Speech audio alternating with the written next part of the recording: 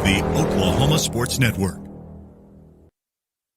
Any other use of this telecast or any pictures, descriptions, or accounts of the game without the Oklahoma Sports Network's consent is prohibited. It may not be reproduced or retransmitted in any form, and the accounts and descriptions of this game may not be used without express written consent.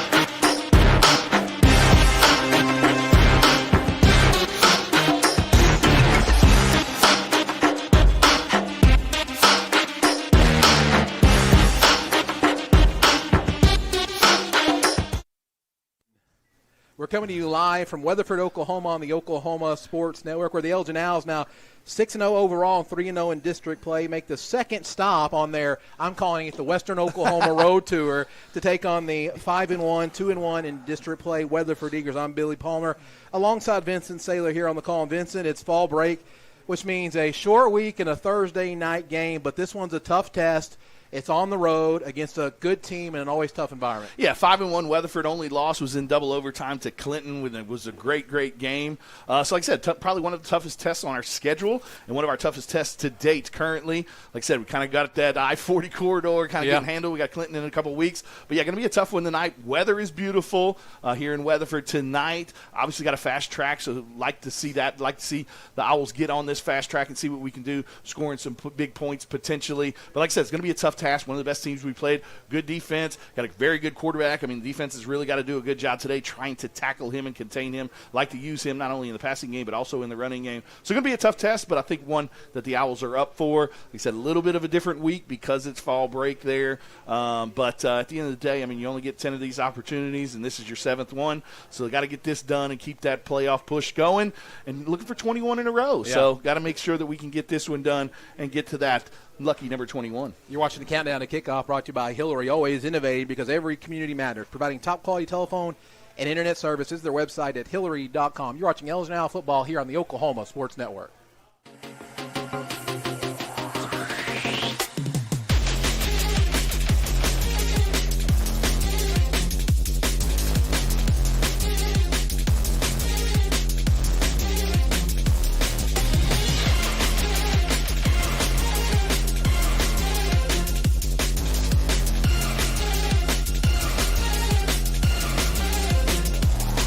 Say the best way to be a good neighbor is to know your neighbors and give a little help when they need it. And when you need a little, you can find help at Ace Hardware in Elgin. Not only do they offer everything from grills to flowers, paint, hardware, and tools, they offer experience to help guide you through the process. And they're happy to take the time to make sure you can do it right. Ace Hardware of Elgin. They're more than just a hardware store. They're your neighbors. Ace Hardware, 7796 Highway 277 in Elgin. Aero Sign Company is now Fusion Sign and Design, continuing to serve all of Oklahoma and surrounding states for the past 70 years. Their focus has always been driving people to your door, not just selling you a sign. From custom work and installation to excellent service, they have the knowledge and expertise to help you along the way and making your image stand out and last for years to come. The all-new Fusion Sign and Design. Phone 353-2227. So, not real big on paying bank fees? Well, that's okay. It means you're smart with your money and you know how to get a good deal. You're a credit union kind of person, and Communication Federal is your kind of credit union. In fact, PayMe Checking puts real money right into your account when you use your Visa debit card, online or in stores. PayMe Checking, the free account that pays you only from Communication Federal Credit Union. Are you looking for more than just a job? Paris Foods in Lawton offers a career with a competitive starting wage, opportunity for advancement, life and health insurance, including medical, dental, and vision, as well as 401k retirement plan. At Bar S, you can be proud of a company that gives back to the community. But most of all, you can take pride from making a quality product. Bar S Foods, making the best tasting hot dogs and smoked sausages. The food America likes to eat. So come be a part of a winning team and start your path to success today.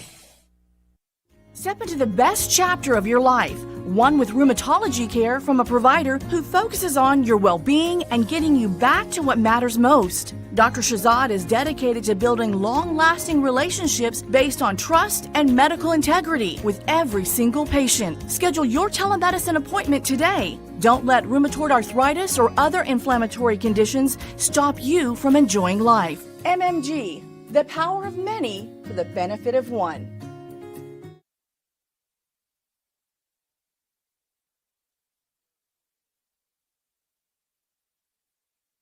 College is more than just going to class. College is a journey. It's meeting new people and making new friendships that will last a lifetime. It's learning from professors who care about you and your success. And finding out it can be really fun and rewarding. It's discovering that thing you want to do for the rest of your life. Cameron University is all about helping you grow and succeed. Because your success is our success. At Arvest Bank, we believe home ownership makes families and communities stronger. Whether it's your first home, a fixer-upper, or your forever home, we're here to help put home ownership within reach. Because everyone deserves a financial partner who cares. Arvest Bank, we believe. Touch to our ever-expanding dental practice in order to make your visit one that exceeds your expectations. Even more things to smile about is our partnership with 3 major dental insurance companies, United Concordia, Delta Dental Premier, and Health Choice. Come schedule an appointment with Dr. Harbin or myself by calling 580-248-6700.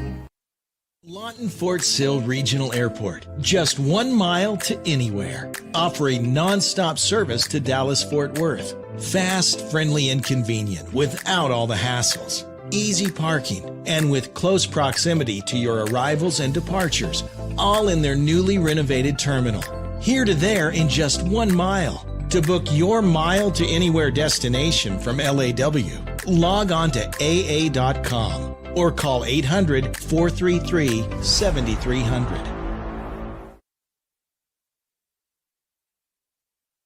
Scott's House of Flowers in Elgin has been proud to serve Elgin and the surrounding area with a wide variety of flowers and gifts for all occasions. Come see them for great gift ideas, including the exclusive Tyler candles. And who couldn't resist Sweet Shop USA, featuring handmade grand truffles. Scott's House of Flowers, just off Highway 277 in Elgin. Delivery available, or stop by for easy pickup. Phone 492-4880. Scott's House of Flowers.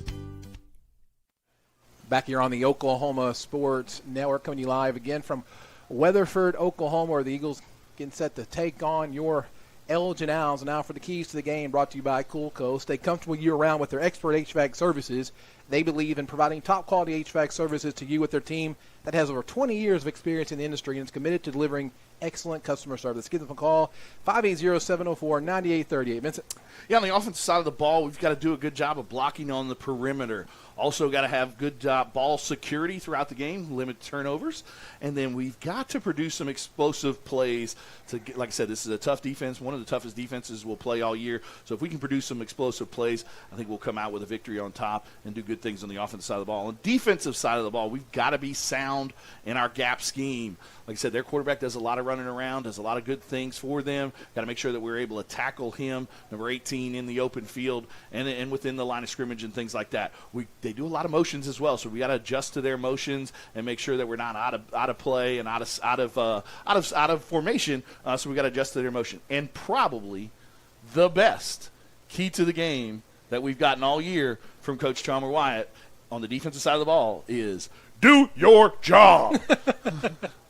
Yeah, that's it. Yeah, and went to practice Monday. They are the quarterback. They're Coach Jack Baker is certainly concerned about him, and really it's going to come down to doing your job. I mean, defensively, it's just if you can, get your assignments done, things are going to work out for you. And I don't know if that's just because this is a fall break and a short week. Now, thankfully, we have had a short week this because of the wonderful flea market in Elk City. Yeah, so we've got to kind of go through the short week process already, which talks to some of the players, and they said, yeah, that's certainly been helpful to us this week. But still, I mean, these kids are at home every day, and they're not in school, and focus can be a little bit different, right? Well, they did a good job, obviously, of kind of getting them up there at 11 o'clock in the morning, kind of doing some calisthenics, workout, things like that, send them home for lunch, and then came back for their normal 2 o'clock practice. Like I said, with some of those kids that do that distance learning or whatnot through Cameron, they still had class because Cameron's still in school. So like I said, had to kind of keep that morning open so those guys could still go to school and things like that. So like I said, did a good job of kind of working through that and doing an 11 o'clock workout and then coming back at 2 to have normal practice. Had a little bit of a hiccup there too because of the band competition being on the Elgin field Tuesday. So they did have to practice on the baseball field. But at the end of the day, Coach Wyatt said it was a great practice and really couldn't tell the difference between practice on the football field and the baseball field. So like I said, a little bit of distractions, a little bit early week, but hey, you're playing a team that's 5-1, obviously, and a lot of district. Like I said, you're on top of the district right now. If you mess up this one, I mean, you can kind of fall back into that 2 spot potentially. So a lot to play for tonight, and so I think these kids have been around long enough. A lot of them have played a lot of football, understand the importance of this game, and understand the importance of winning and taking it week by week. So I don't think it's going to be that big of an issue. But like I said, coaches like to be in that routine and things like that. And like I said, having that Elk City week a couple weeks ago to kind of knock out that one less day of preparation probably does help in this game. But like I said, biggest thing is you got to tackle number 18. I mean, he's a good quarterback, likes to run around a lot. And if we can tackle him, I think good things will happen for the Owls tonight. That's your key to the game, brought to you by Coolco. You're watching Elgin Now Football here on the Oklahoma Sports Network, where sports is our middle name.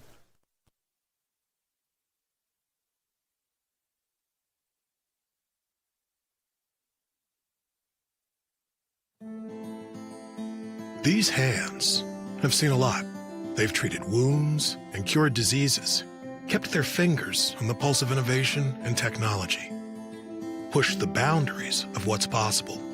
These hands have mended families and held communities together.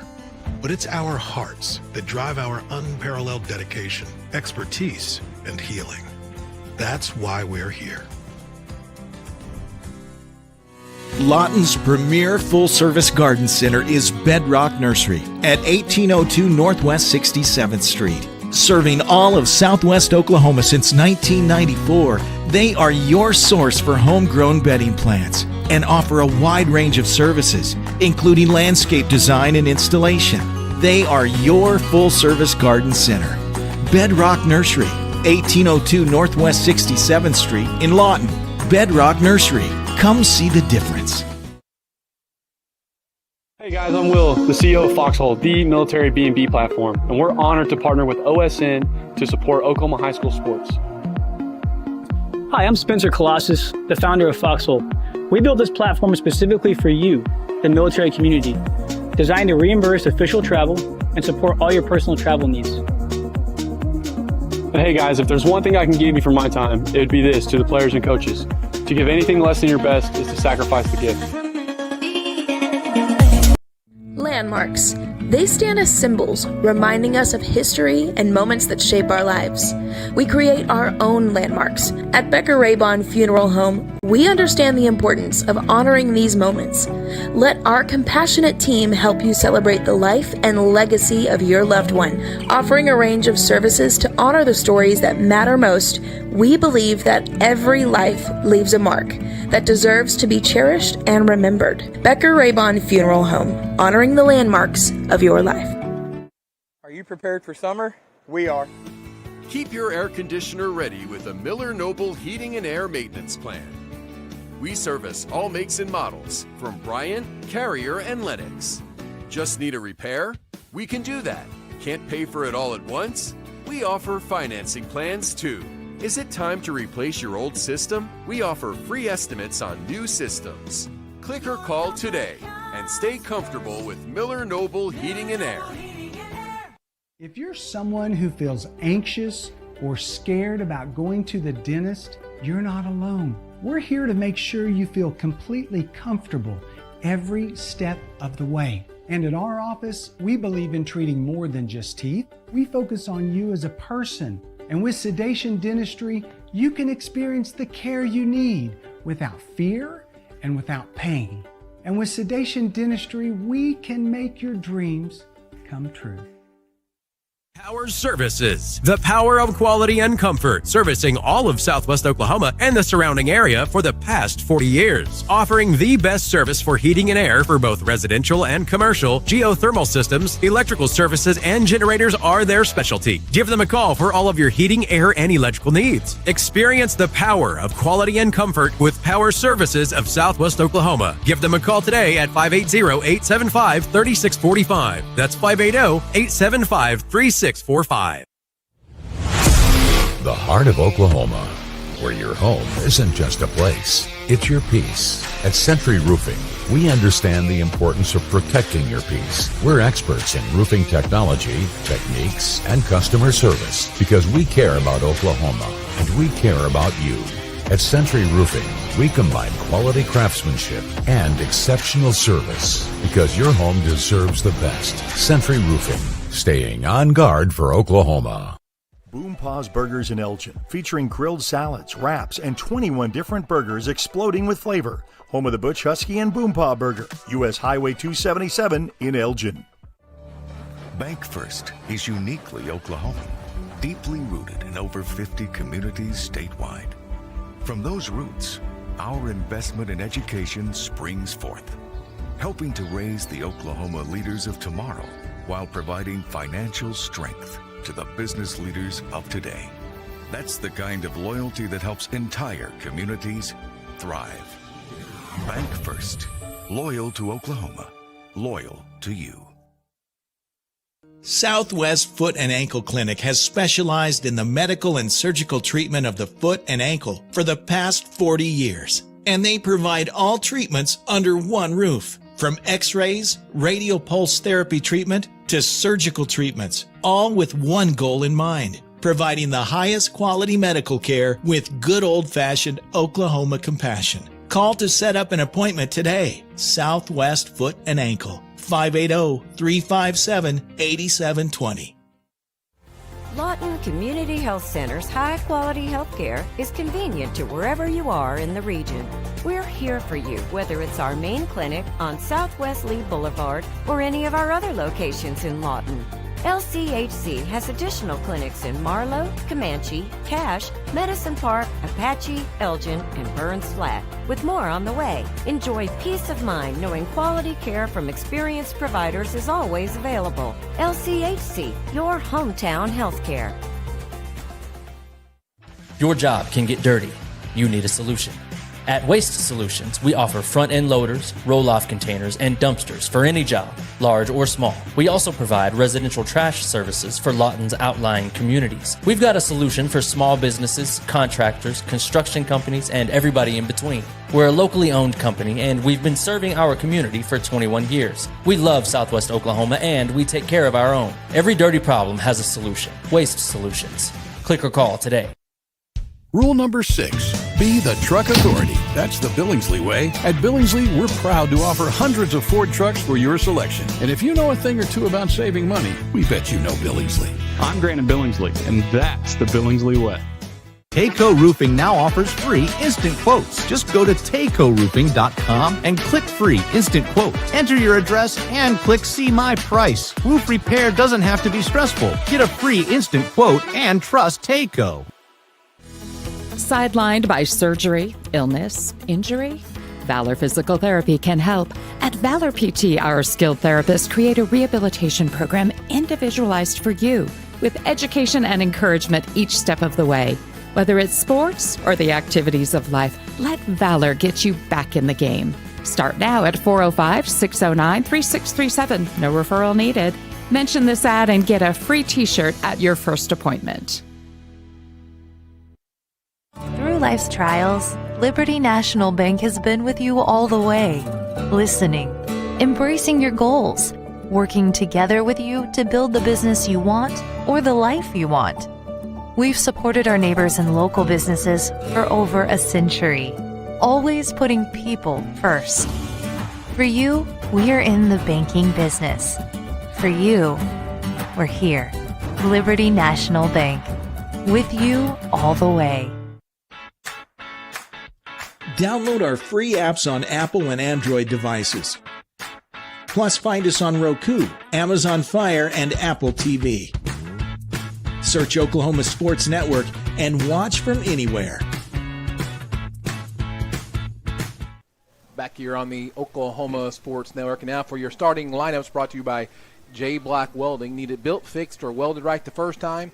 Trust J. Black Welding Company of Elgin, Oklahoma. Barn dominiums, houses, metal shops, and all your welding needs. Call them at 580-280-0388 today. Vincent? Yeah, we're going to start with the defense today. At end, you got Tucker, New, Henson. At nose, you got Big T. At anchor, Hudson Begley. At Mike, number 1, Kason Meyer. At Will, number 34, Ritzenmeyer. Bandit, Philip Pibiasi. And at dog, Braxton Antuna. Corner, Corday Ritchie. The other corner, the Honey Owl, Bryce Martin. At free safety, Brody Morrison. And at strong safety, John Lohman. Now on the offensive side of the ball, starting with left tackle Hudson Begley, left guard CJ Devine, center Brody Ballou, right guard Jackson Deal, right tackle Cameron Hollifer, and at tight end Lucas Young, Tucker New, Jake Deal, Caleb Adasola, and Brody Donnelly kind of fill out that tight end spot and kind of use those guys interchangeably. At one of the wide receivers, you've got Brody Morrison. At the other one, you've got Joey Ariano. Also use Corday Ritchie out there a ton as well. Kason Meyer as well. And your quarterback, Caden Balletto, who is 64 for 83 on the year. 1,106 yards with 11 touchdowns, 1 rushing touchdown, and only the 1 interception. So having a great year so far. Completed about 77% of his passes, which is a great job. And then Ritzenmeyer is your running back. Has 681 yards on the year. Rushing, has 8 catches for 199 yards. Receiving with 1 touchdown, 21 total touchdowns, a punt return touchdown, and a pick 6 as well. 2 interceptions as well on the defensive side of the ball. Mr. Do-It-All himself, Ritzenmeyer. That is your starting lineups, brought to you by J. Black Welding. And a lot of all those numbers you read, most of those numbers have come not in full games. No, not at all. I mean, I don't think Ritson has played a fourth quarter. Hasn't really played much into the third quarter other than maybe Newcastle. Newcastle there. So, like I said, doing that in a lot of, like I said, we've had 6 games so far. So did that in about 3, and actually one game we only played a half. Yeah. That's actually about 5.5 games. But actually, like I said, playing time probably about 3 to 4 games, give or take. So doing a great job on the year. Same thing with Caden. I mean, already over 1,000 yards for the season. I mean, Brody Morrison as well, 22 catches for 368 yards and 3 touchdowns. Last week, Brody and Corday both had kick-off return touchdowns. As far as your players of the week last week, offensively, the O-line and the tight end group all got player of the game there. Defensive side of the ball, Philip Pibiasi. Your special teams player of the game, aforementioned Corday Ritchie. Your Sharpen Your Axe player, Hudson Begley. And your Rough Rider for a third week and 3 of the 6 weeks is Cam Hollifer, doing a great job. Cam's also going to be that 6th captain tonight. Sage Rush was your practice player of the week, so he'll be out there with the captains as they're walking to midfield right now, getting ready for that coin toss. And your black flag bearer is Kason Meyer himself tonight as well. That's your starting lineup, brought to you by J. Black Welding. We'll be back in just a minute on the Oklahoma Sports Network.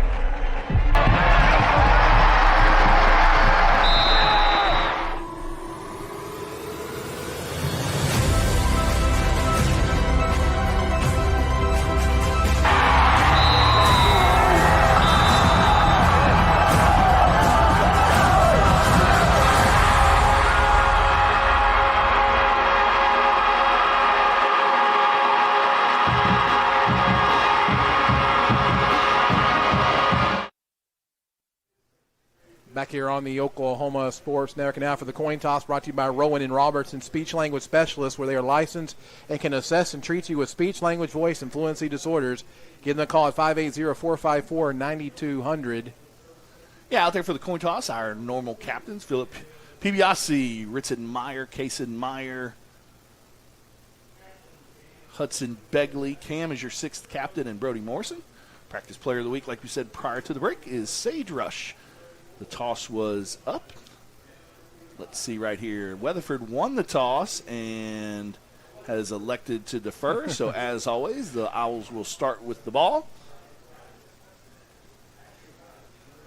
As per usual. Is it every game this year so far? Yeah, every game last year as well, I believe. So, just like the win streak, we're got 21 in a row coin tosses, looking to get 21 wins in a row, like Billy said on the ride up here. 31 of their last 32. Wild. Pretty good little stat there as well. Stick around. We got our Hartzog trivia question for you later in the game. This one's related to points scored, so just kind of give you a little heads up there. But we're going to take a quick break, and we'll be back with the kickoff here shortly. You're watching Elgin Owl Football on the Oklahoma Sports Network.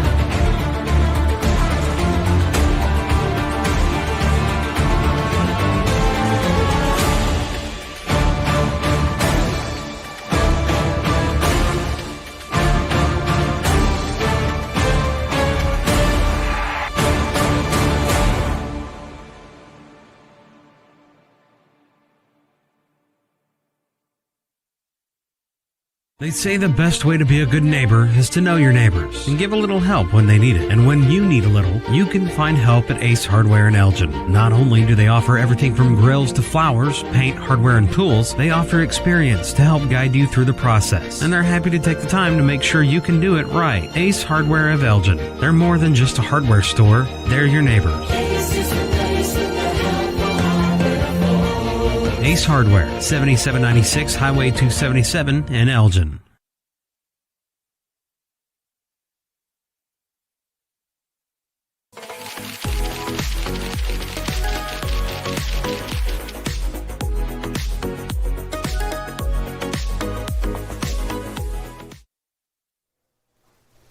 Back here on the Oklahoma Sports Network. About 2.5 minutes now until kickoff. We will also keep you apprised of all the scores from around the state, especially in Class 4A, but we'll make sure to kind of check everything out on this fall break Thursday night football. There's also pink out night here in Weatherford. Yeah. A ton of good games on tonight. Obviously, it's this fall break kind of across the way. So we've got a bunch of games on Thursday night because fall break is kind of around the state this week. Here comes got a little bit excited.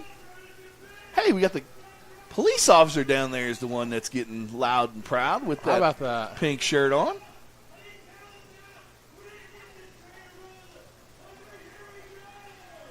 All right. But here comes your Owls. Corday with his little flip there that we're accustomed to seeing. Said Kaysen Meyer leading the team out with that black flag. Should be a fun night. Beautiful night for football. Yeah. A little windy, but not crazy. But temperature's starting to drop a little, and good night for football. Thanks for joining us for the Hillary Countdown to Kickoff show. Congratulations to the Hillary family. Bought the Lawton Constitution, finalized the deal, saw it became official yesterday, so keeping that paper rolling for Southwest Oklahoma. As the Weatherford Eagles run out onto the field. Again, 2-1 in district play. Elgin 3-0. Very important. Yeah, huge district game on tap for tonight on this one. Obviously, Clinton's also kind of up there as well. Clinton's still undefeated, I believe, in district play. So us and Clinton are still undefeated. Weatherford shortly there behind us with the 2-1 district record as well. Big win tonight between Cache and Bridge Creek. I think Elk City got tonight. Is it Elk City and Clinton, maybe? I would assume that's probably right. And then Douglas would take on. I'll let you know in just a second. Yeah. Billy Palmer alongside Vincent Saylor, Chris Balvans, and new cameraman up top. I know him pretty well. Jaden Palmer is going to step in and fill in for us tonight. Yep. He's been reffing flag football lately, and so he understands the game. He understands. Huh? 8-year-old flag football is totally the same thing. Yeah, completely. But appreciate him kind of stepping in, not doing that. Let's see here. By the way, for those of you that maybe didn't know, the Parliament, the girls lost today. Yeah, 5-2. Yeah, but they had a great run this year, so certainly proud of them and what they were able to accomplish. Yeah, it was 2-2 there, and Carl Albert kind of took advantage of a couple things there in the bottom of the fifth, I believe, to make it 5-2, and the Owls ultimately fell 5-2, but a great season. Congratulations to Levi Garrett and the Lady Owls of making it to state. Kinley Garrett with a big home run today. So Douglas takes on Elk City today. Okay. Clinton and Woodward play. Clinton Woodward.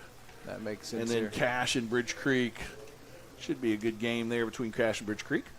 I want to thank our first quarter sponsor, Lawton Firefighters Association, proudly supporting the surrounding community where they work and serve every day. Lawton Firefighters Association. And now for the Wayne's Drive-In Kickoff. Burgers, baskets, pizza, salad, steak fingers, and best sweet tea and cherry limeade in town. Come on, everybody. Let's go to Wayne's. We're ready to kick this thing off. A little sandstorm bumping in the stands here with Darude. Elgin, those house fans. Elgin, yeah.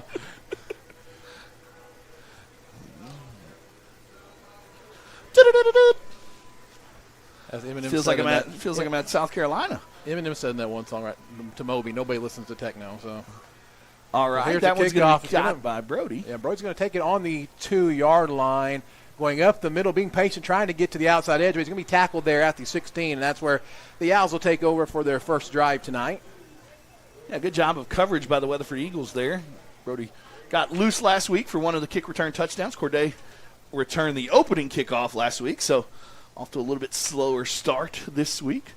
49 points in that first quarter last week. Not sure if we'll be able to handle that again this week, but look to see if we can get an opening drive touchdown or field goal here to get on the scoreboard first. As the young people say, light work. Light work. There we go. We've got a 16-year-old with us today, so learning some new slang on the drive up here. No cap. No cap. Owls in the white jersey tonight. A couple of guys move to the bottom of your screen. Caden gets the snap. Going to hand it up near side. Drops it, Has some room on the outside. If he can cut to the edge to the 30-35 where he's going to have an Elgin Owl first down. Yeah, outside zone play right there. Caden wasn't able to get the ball into Ritson's hand, but did a good job. Luckily, it was a good bounce. Bounce right back up to Caden. Caden did a good job of knowing where the play was supposed to go and followed his blockers. That should have been for Ritson, but good 14 or 15-yard gain there on first down. Just like you draw it up, huh, Billy? That's exactly it. It's amazing how much plays like that actually do work. So K Bud's going to get the snap, and this time going to hand it to Kaysen up the middle. The play that he's used quite a bit this year, going to gain about 4 yards on first down. Yeah, just kind of an inside handoff right there. Kaysen's done a good job. Kaysen coming into the game, like I said, has more rushing yards than he does receiving yards from that receiving spot. Has 150 yards on the year with 1 touchdown rushing.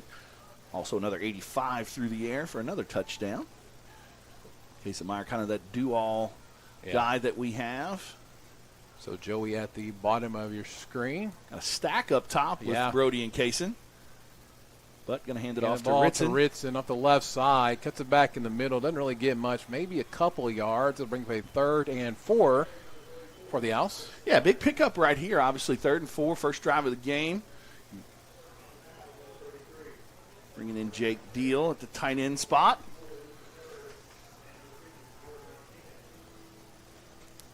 Owls come in obviously 6-0. Weatherford comes in 5-1 on the year.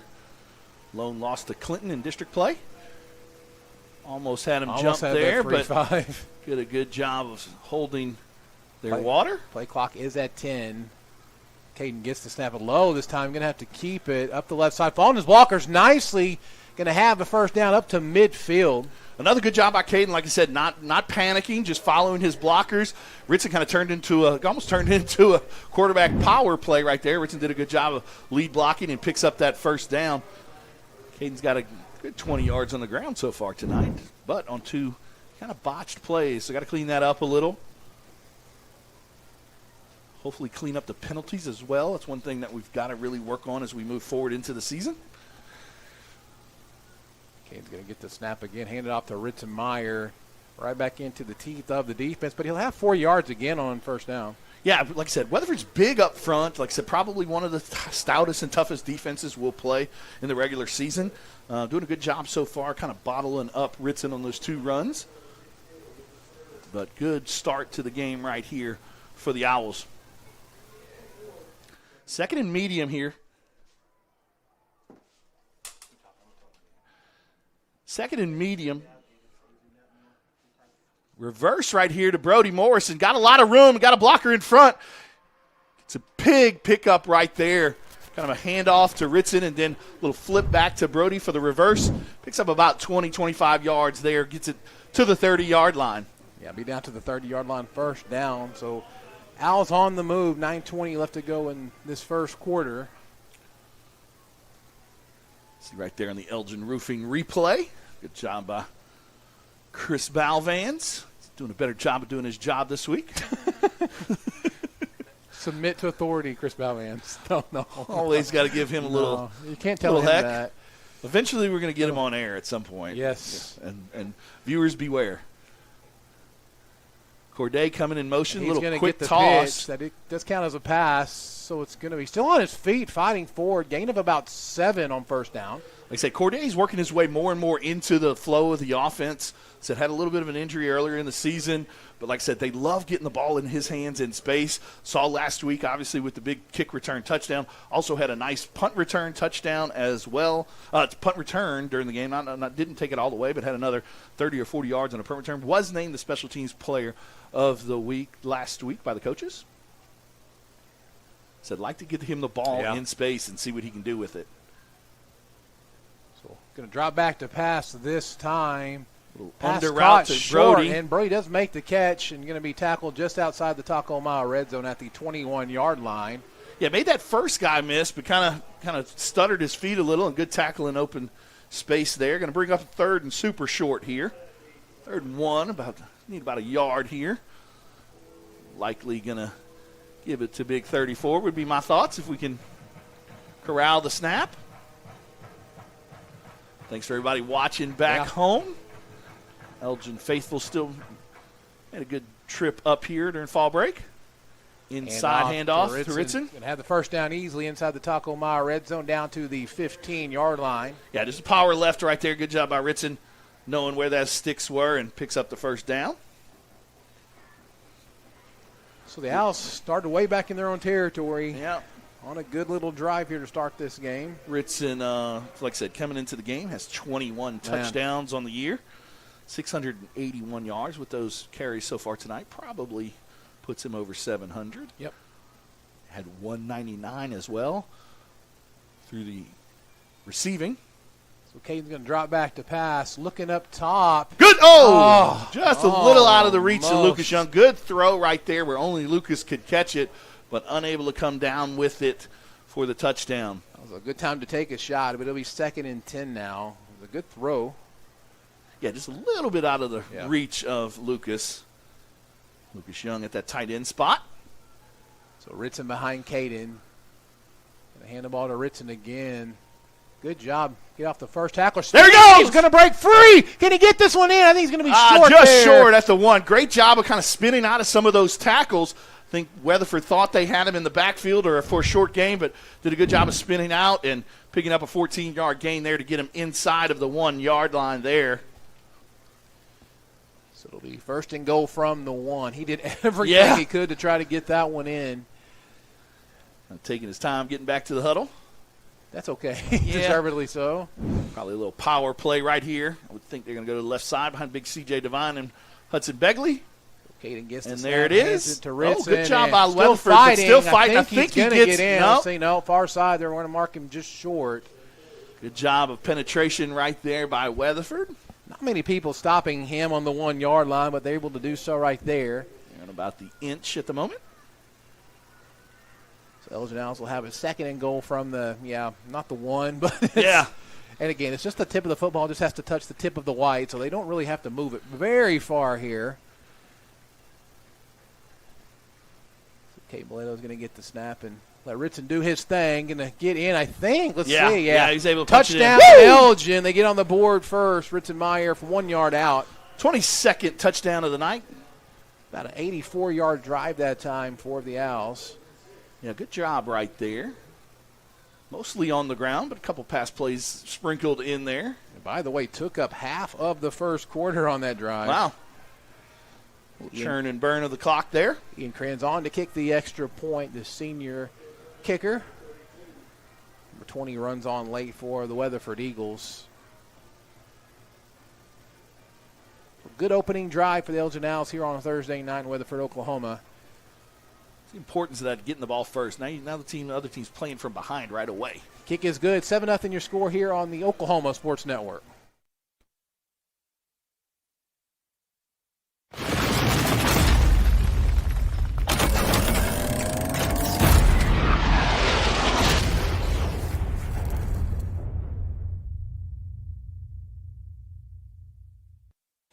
Arrow Sign Company is now Fusion Sign and Design, continuing to serve all of Oklahoma and surrounding states for the past 70 years. Their focus has always been driving people to your door, not just selling you a sign. From custom work and installation to excellent service, they have the knowledge and expertise to help you along the way and making your image stand out and last for years to come. The all-new Fusion Sign and Design. Phone 353-2227. Back here on your Oklahoma Sports Network now for the drive summary. Scoring recap brought to you by Pizza Corral. Family-friendly, locally owned pizzeria. Their dough is made in-house daily. We serve the best pizza and calzone. 7927 U.S. Highway 277 in Elgin. Vincent? Yeah, 84-yard drive right there. Took 5 minutes and 59 seconds off the clock. Good job of mixing the pass and the run. Caden had some good runs with some botched plays, but like I said, another pass to Brody Morrison, pass to Corday Ritchie as well. But at the end of the day, was plunged in for Ritson Meyer's 22nd touchdown of the year. Got to take my family out to Pizza Corral today, and even because they heard us talking about the pickle pizza last time, Chris they were was able so to make you nice. one. Yeah, Chris made me one, threw it out there on the buffet, and very good. I was also told next time put chicken on it as well. Okay. So got some good pizza there. The kids loved it. So if you guys never been out there, make sure hit them up. Big sponsor of the program, obviously. Yeah. Get ready for a Wayne's drive-in kickoff. Come on, everybody. Let's go to Wayne's. This one's kicked High nice kick. and into the wind. Missed Put it. it on the ground. That's where they're going to fall on it there at the 13-yard line. Yeah, was unable to field it, and good job by him, though, of falling on it, not compounding that mistake, but makes the Eagles go a long way. Defense coming out. Obviously, big issue for tonight's game is number 18, their quarterback. Got to do a good job of tackling him. They like to use him a lot in the run game. Also, a lot of shifts and motions. So one thing we've got to do is get in position and adjust to those shifts and motions. Number 18 is Noah Wald, the senior quarterback for Weatherford. Had a good game last week against the Cash Bulldogs. 3 receivers to the top, 2 to the bottom. Cooper's going to fake it out that way. And I think it's Tucker knew! Off. Tucker knew! What a play! Unreal. Tried to throw a quick little hitch route. Tucker did a good job of getting his hands up like we talked about all the week. But then the ball just kind of landed in his lap for the big that interception. Worked out nicely. Wow. Tucker, by the way, was kind of questionable coming into this last week. But obviously good to see him back out there and then making a play on the first defensive play of the game. You can see that they're on the instant replay. So, man, that's a good way to start for the defense. Yes, great job. Puts the ball inside of that Taco Mayo red zone for the offense. See if we can plunge this one in from 3 yards out. It'll be 3 yards out this time. Early lead leader in the clubhouse this time for defensive player of the game. Yeah. We'll see here. Yeah, not a bad little play right there. Kind of reminds you, got the big owl here. Going to keep it in. I think he's in. Let's see here. Touchdown. Woo! Touchdown, Elgin Owls. Ritzenmeyer, another touchdown, this time from 3 yards out. Makes it 13-0. Ritzen's 23rd touchdown of the year. Yeah, what a play by Tucker, though, there. Kind of reminds you a little of that, kind of dating myself here, but David Pollock. Yeah, that's right. That is going back away. Yeah. But good job right there. Gets the ball right back to the offense. Offense takes advantage of the sudden change for the touchdown to make it 13-0. Ian Krenz on to kick the up extra and good. point. It's good. 14-0. Now your score here on the Oklahoma Sports Network. Woo!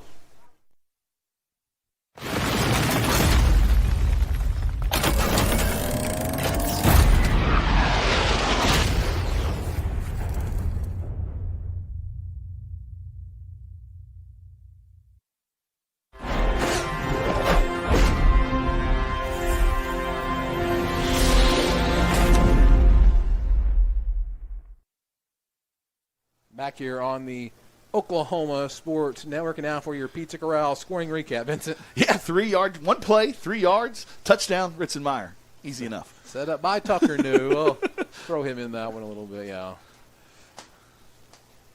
Get ready for another Wayne's drive-in kickoff. Ian Krenz gets set to kick this one off. I want to give a huge shout-out to Burrito Miko and Pizza Corral this week, hosting some events for Adley there. Has been struggling, diagnosed with some health issues, and passed the bucket around last game. And want to thank everybody that donated, and good job by Chris and Miguel there at their establishments, raising some money for a good cause. Now for your Wayne's drive-in kickoff. Come on, everybody. Let's go to Wayne's. Ian Krenz gets set to kick this one off. Going to be about in the same spot or so. It might hit the ground, and it does. A high bounce. Worked out well for Elgin. Weatherford able to pick it up and get out to the 21-yard line. I'm not sure if the wind kind of knocked that one down or whatnot, but it was high kick and unable to field it by the Weatherford returners, but good job of getting on top of it. But another long way to go here in this opening drive. Weatherford only ran that one play that first drive. Interception by Big Tucker New. Really coming into his own now. Got John Lohman sitting and listening to the huddle. He's stuck his ear in there, and they finally kind of pushed him away a little bit. That's the old basketball player in him. That's kind of a basketball move right there. A little gamesmanship. That's funny.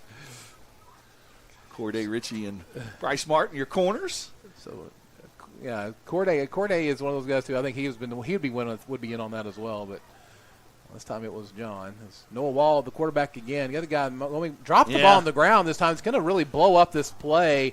Going to be tackled there. John. Yeah. Yeah, like I said, I don't think the quarterback was ready for that snap, kind of sending that guy in motion. It looked like it was going to be a speed sweep or kind of a little pop pass thing that we run.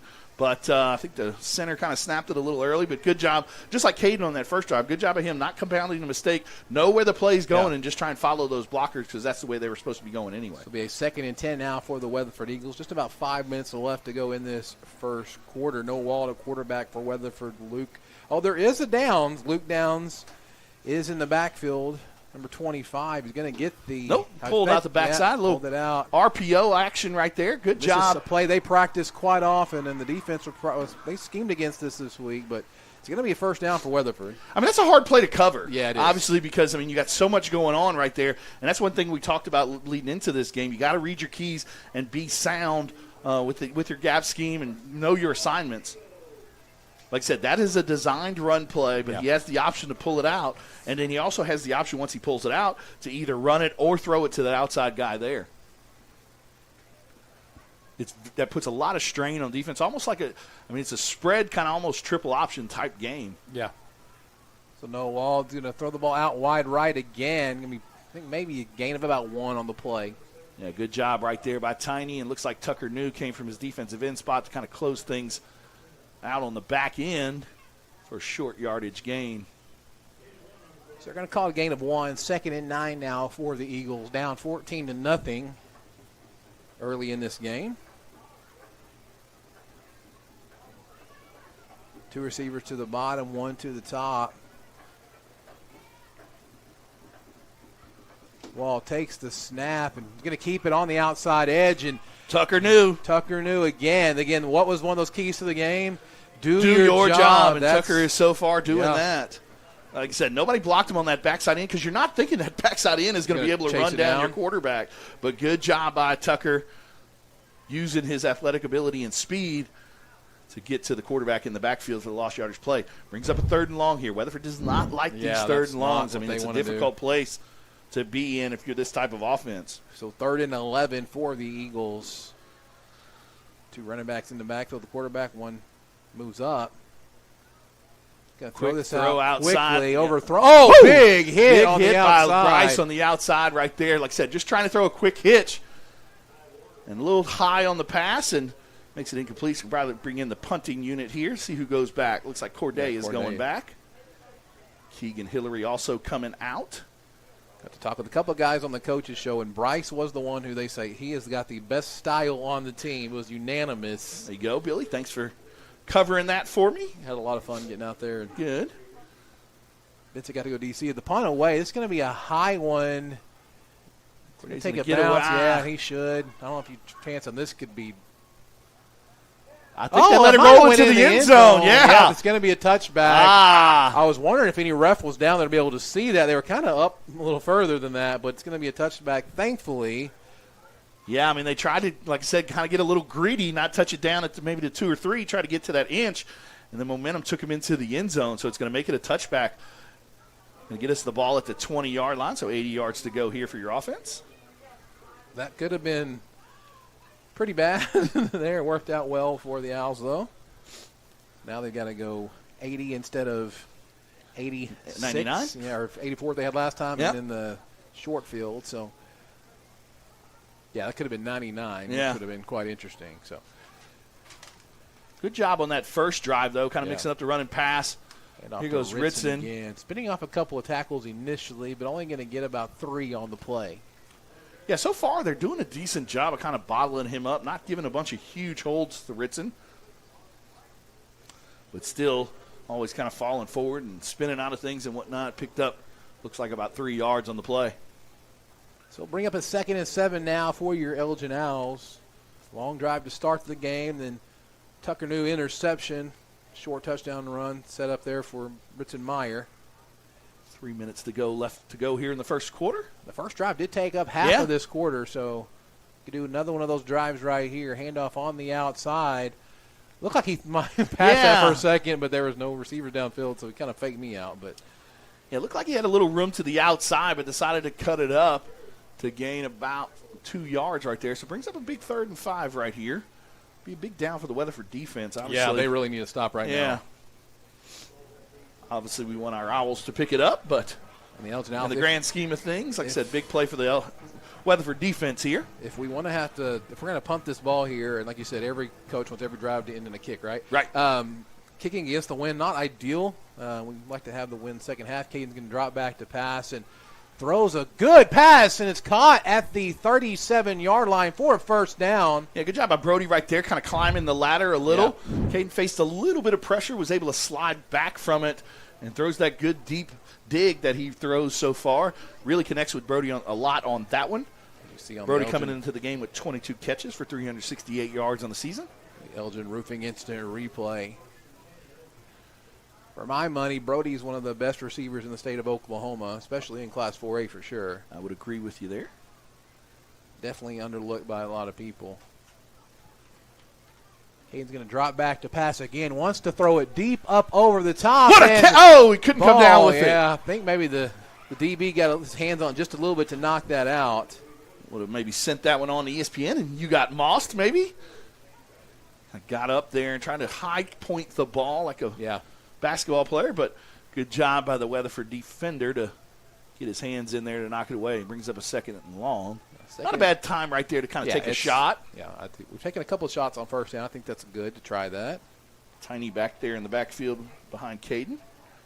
This play.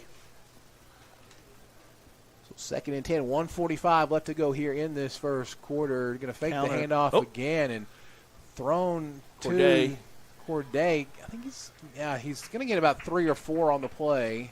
Kind of a little inside screen right there. Good job of catching the ball by Corday and then getting upfield pretty quickly.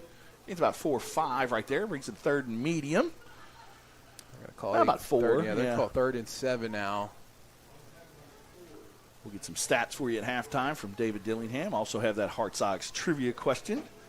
David didn't go too far in the archives this time, but see if you can get the answer correct out there in viewership world. So Caden Mileto again. Looking at a 3rd and 6 here. Timeout. Elgin Owls will call a timeout. We'll take it with them here on the Oklahoma Sports Network.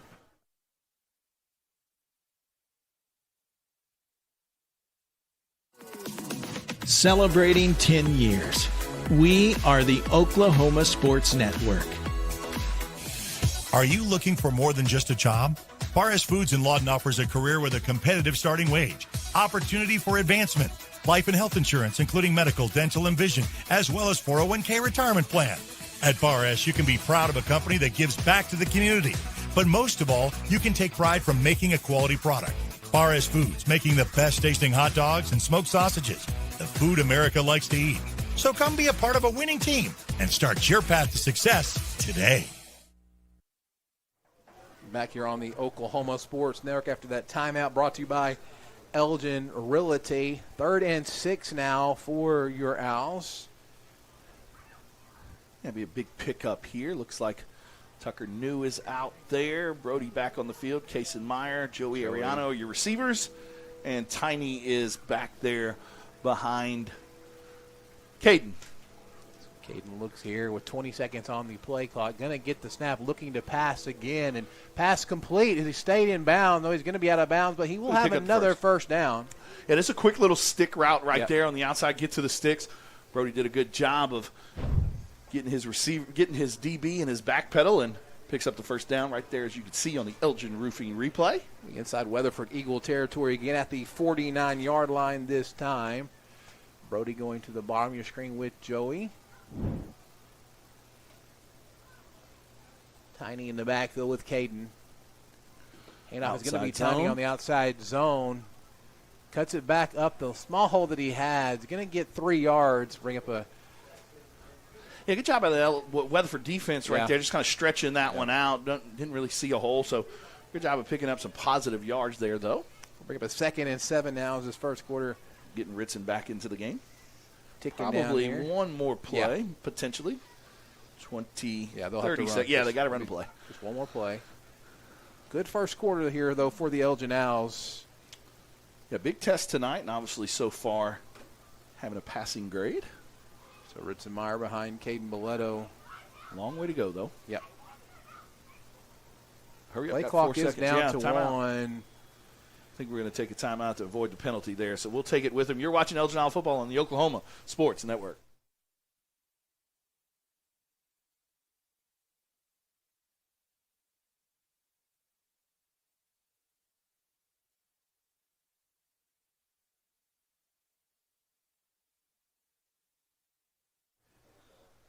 We're going to keep it here. We're going to keep it here. Do your job. We were just checking to make sure you guys were paying attention. Chris clearly wasn't. Oh, he was. He just wasn't going to go. Just didn't hear my words.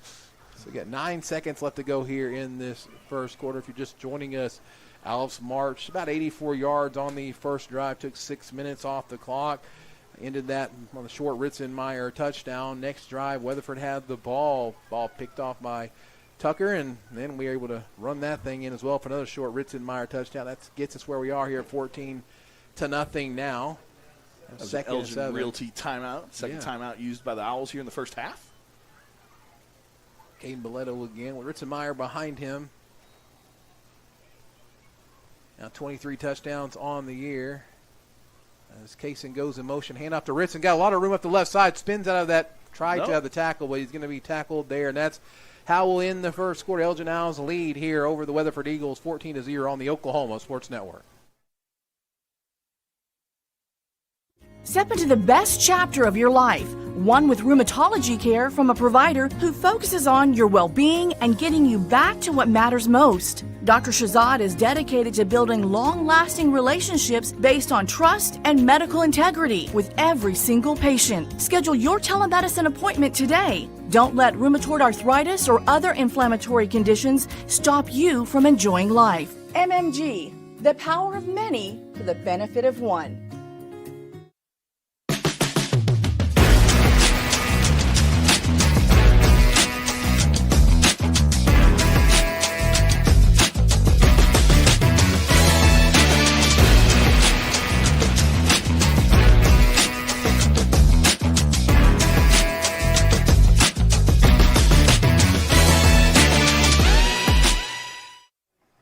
Back here on the Oklahoma Sports Network. Now for your second quarter, brought to you by Vincent Saylor State Farm. Everyone loves saving money. Customize a coverage plan that helps protect what's important to you, family things, and your bottom line. From safe driving rewards, bundling options, and discounts, Vincent Saylor can help you create a solution that's right for you. Give them a call at 580-699-2771. Would love for you to call, obviously. We can talk insurance or maybe even Owl football. Yeah, 3rd and 3 now to start the second quarter. Bad snap, and Ritson picks it up. He's going to be just short, though. Just short, yeah. Real close. So 4th and 1. Couple of bad snaps so far. Yeah. Brody, like I said, had some earlier in the year. We kind of cleaned him up the last couple of weeks, but kind of came back a little this week. But 4th and 1, up 14-0 on your own 40. Probably going to inside zone it here. Power probably to the left would be my guess. Like I've said all year, don't overthink this one. Chris is wanting the tush push. Yeah, like I said, don't. Yep. Outside zone. Meyer on the outside zone. Got a lot of room on the outside edge. He's going to bull his head and run through a guy inside the 30 down to the 27-yard line. As they say in the business, number 5 made a business decision right there. Yes, he absolutely did. To go low on Ritson, which is probably a smart decision. But big-time run right there on 4th and 1 to pick up the first down. Keeps the drive moving here. So Elgin on the move again, trying to kind of put this one 3 scores out now. Just outside the Taco Maya red zone, about 6 yards away. Taking our time here with this play call. Got only 9 seconds left on the play clock, so got to hurry. Let's see if Caden realizes it. Yeah, 3. The ref pointed at it as well, and they're not going to get this one off. And barely. They let him get it off anyway. Maybe just a short gain down to about the 25-yard line. Looking at the Whitehead's looking at the sideline over there. Yeah, Coach Breeze pointed at the time clocks. Not sure what was going on there, but either way, it'll be a 2nd and 8 now for the Owls. Like I said, so far, I mean, obviously 14-0, but Weatherford's doing a decent job of kind of bottling Ritson up. It's kind of, I mean, obviously he's got a decent amount of yards so far, but it's kind of 3 and 4 yards, cloud of dust type stuff. This time, Caden's going to fake it, get rid of it quick. Go outside. Jake deal with the catch. Stays on his feet to the 21-yard line. Oh, they're going to put him right at the. Let's say it's in the Taco Maya red zone. There you the go. Ball is going to be inside just a little bit there. Good job of open field tackling right there, but good job of Jake of holding on to it. So it'll be a 3rd down and 3 now for the Elgin Owls. Good job by Caden to get rid of that one. Like I said, he kind of that naked boot, and when he looked up, 2 guys were in his face. Are right in. But good job of using his athletic ability and getting rid of the ball quickly. Jake did a good job of catching it, get the positive yards there. Inside handoff to Good Mason. job. Got a lot of room up this side. Can he get there? 5. Oh, the ball trying to get knocked out there, but Kaysen gets it down to the 3-yard line. Great play call that time by Adam Castro. Yeah, like I said, I mean, good job right there. Kaysen kind of running away. That defender was close, but did a good job of running away from him. Gets it inside of the goal line right there, about the 3 there. Let's see if Ritson can get his 3rd touchdown of the night. Player like Ritson Meyer, like Castro would say, kind of changes the life for an offensive coordinator. Right. Everybody looked at Ritson going right and opened up that to the backside. So from the 3-yard line now, handoff is to Ritson again, and he's going to get in easily for a touchdown. 3rd touchdown of the game for Ritson Meyer. Takes the lead up to 20-0 for Elgin. 24th touchdown of the year. got to keep an eye on that with David Dillingham throughout the year. See how many. Well, I can't remember what I think Ritson might have broke the record last year for touchdowns. I can't remember what it was. So Ritson's getting close too. He might even have it now of 100 touchdowns on his Elgin Owl career. We'll get that stat as well for you in the next week or so, maybe even at halftime. David's next door to us. So Ian Cren's on to kick the extra point. Snap kind of behind Casey, but good job of getting it down and getting it in. Yeah, up and good. 21-0 now. Your score, Elgin Owls all over the Weatherford Eagles here in the second quarter on the Oklahoma Sports Network.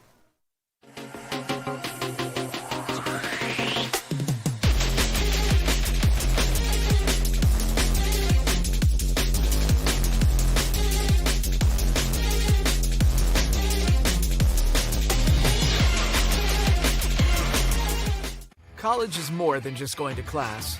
College is a journey. It's meeting new people and making new friendships that will last a lifetime. It's learning from professors who care about you and your success. And finding out it can be really fun and rewarding. It's discovering that thing you want to do for the rest of your life. Cameron University is all about helping you grow and succeed. Because your success is our success. Back here on the Oklahoma Sports Network now for the scoring recap brought to you by Pizza Corral. Vincent? Another 80-yard drive for your Owls. 2 huge fourth down pickups on 4th and shorts, capped off by the 3-yard touchdown run by Ritzenmeyer, his 3rd of the night. Told me he was going to get 4 again this week, and he's well on his way. 4, yeah. Maybe we'll get more. Now for your Wayne's drive-in kickoff. Come on, everybody. Let's go to Wayne's. Ian Cren's going to kick this one off. This time he does have the wind with him going from right to left on your screen. The flags here, we can see the flags kind of right in front of us to the right are blowing pretty hard to the left side of your screen there. So, what a great night for football. It is. So the weather is kind of starting to finally feel like fall and not summer. So Ian's going to kick this one off, and this one should get, let's see, it's going to go in the end zone for a touchback. So Weatherford will take over on the 20-yard line to start this drive, needing to get something going. Again, I don't know, they're really prepared to, No, they're not the type of offense, to come back from a huge deficit. But like I said, quarterback is a great athlete, has a good arm. Also, like I said, can get some yardage quickly with his speed and athleticism. So, and it's still early. So still super early. You don't have to abandon any scheme yet. So they've got a couple players out for them as well. I believe their best receiver is out tonight. Their free safety's out as well, number 1 and number 2. RPO there. Throw to the outside edge. Missed a couple of tackles. Going to have a first down past the 30 to the 31-yard line.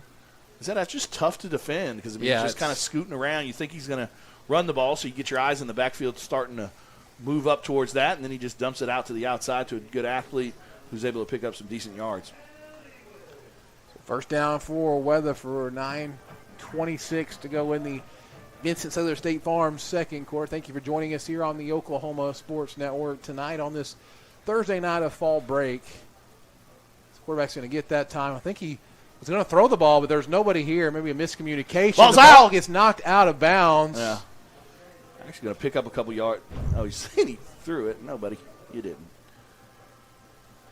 Brody knocked that out on the hit. Yeah, the quarterback, he's like, oh, arm forward. No. Yeah, it's kind of like the Kirby Smart timeout. Yes. That's, so it'll be a big loss on the play. Make it a 2nd and 14 now for the Weatherford Eagles. Big T in there, anchor in the middle. Hudson and Tucker on the outsides. Noah Wall puts a man in motion. That's number 3. He gets the ball and nowhere to go at all. Ritzenmeyer in on the tackle initially.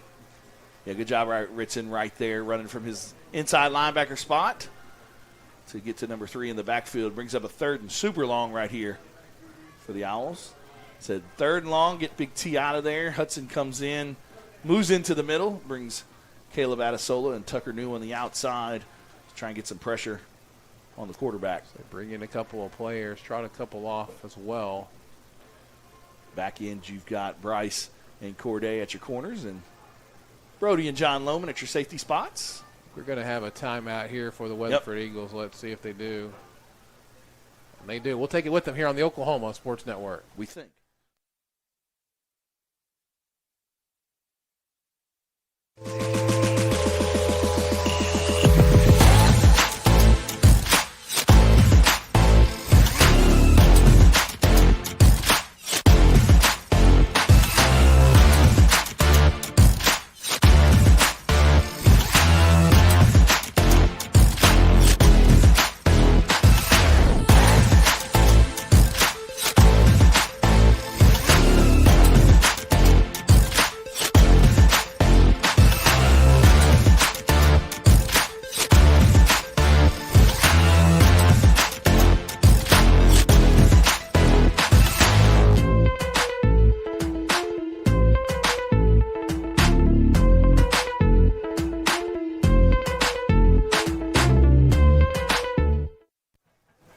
Back here on the Oklahoma Sports Network for a couple of scores from around the district. Clinton leads Woodward 7-3 in the second quarter. Cache and Bridge Creek all tied up at 7 in the first quarter. Elk City leads Douglas 21-0. That game in the first quarter.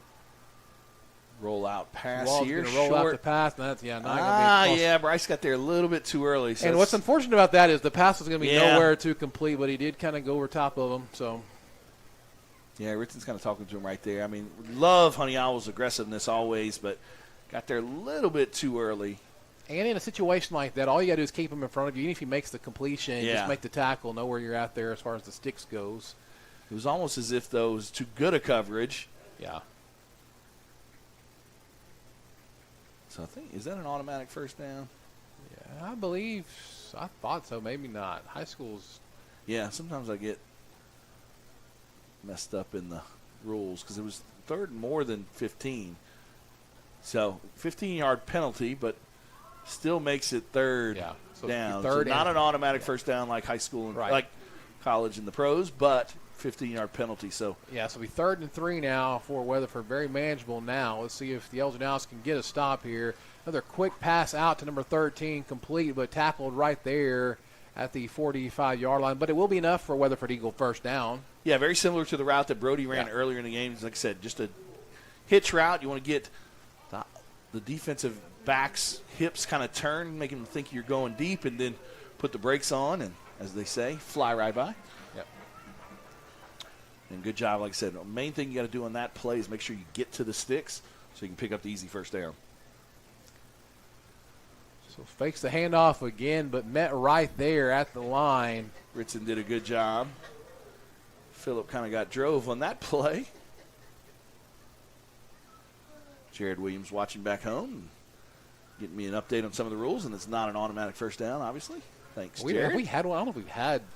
I think you and I had one maybe back in the day, and we used to always talk about yeah. it. But obviously we know the rule now. So if that comes up later in the season, we'll be all over it. Yeah, rules. Hey, listen, we watch as much football as we do. Sometimes we see it, sometimes we don't.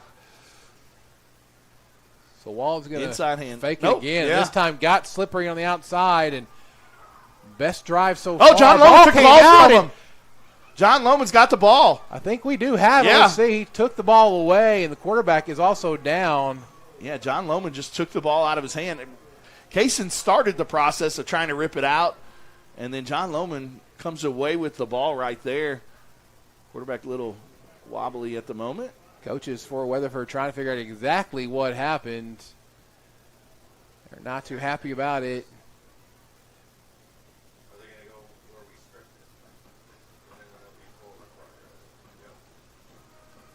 So it will be the ball for, the 38-yard line for the Elgin Owls. All right, another defensive player of the game nominee in here. Throwing his hat into the ring, John Lohman. Nice job there to take that one away. Shut down this good Weatherford drive. Yeah, it was a good drive so far, and it was a good run right there in that play, but kind of got held up a little, and John Lohman did a good job there. Watch this play here. So Caden Mileto again. 3 receivers to the bottom of your screen. He's going to throw out to Brody. And they're going to get rid of it. Wide open man. Does he? Oh! He's going to wish he had had that one back. Oh, man, that play was drawn up perfectly, but just overthrown. Yeah, I kind of knew that one was coming this week and been working on it all week, and Brody just put a little bit too much on it for Kaysen to run under it. Come back to that one maybe in a couple weeks or so. So that'll be a 3rd and 10 now. Oh, they have it on 3rd now. Yeah, it's 2nd and 10. Yeah. Ritzenmeyer in the backfield again. That play could have been a big one. Handoff to Ritson right up the middle. Just powers forward, still on his feet. Tackled about a yard short of the first down. Yeah, about a 9-yard gain right there on the power play to the right. Following Big Jackson Deal and Cam Hollisford. Cam with the Rough Rider of the Week again last week. 3 of 6 weeks he's gotten that Rough Rider of the Week, so doing a great job at that right tackle spot.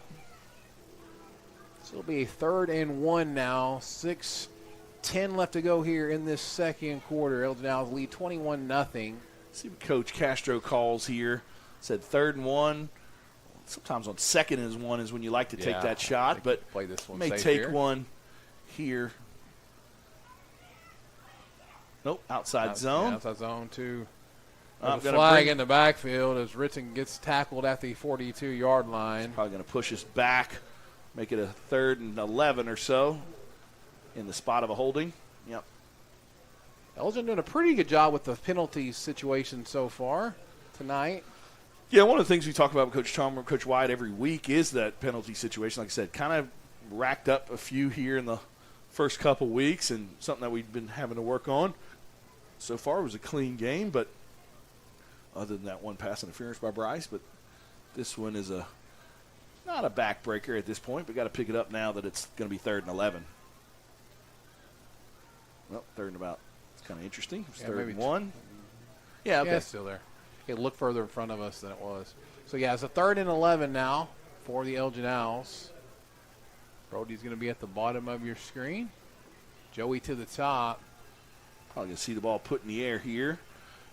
Like maybe Joey or Brody on one of those deep digs. Lucas also on the hash near side.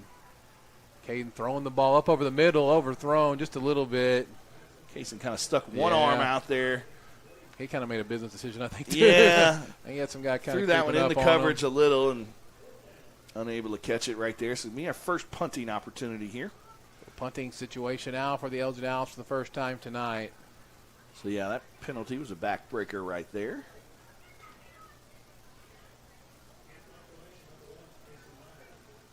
See if Kaysen can get a good one off here. Last week came in late in the game after he was kind of already out of the game. But good snap. Took a lot of time here. Not a great kick. Not terrible. Let's see if it But gets takes a good great roll. bounce. Going to bounce inside the, right at the 20 maybe.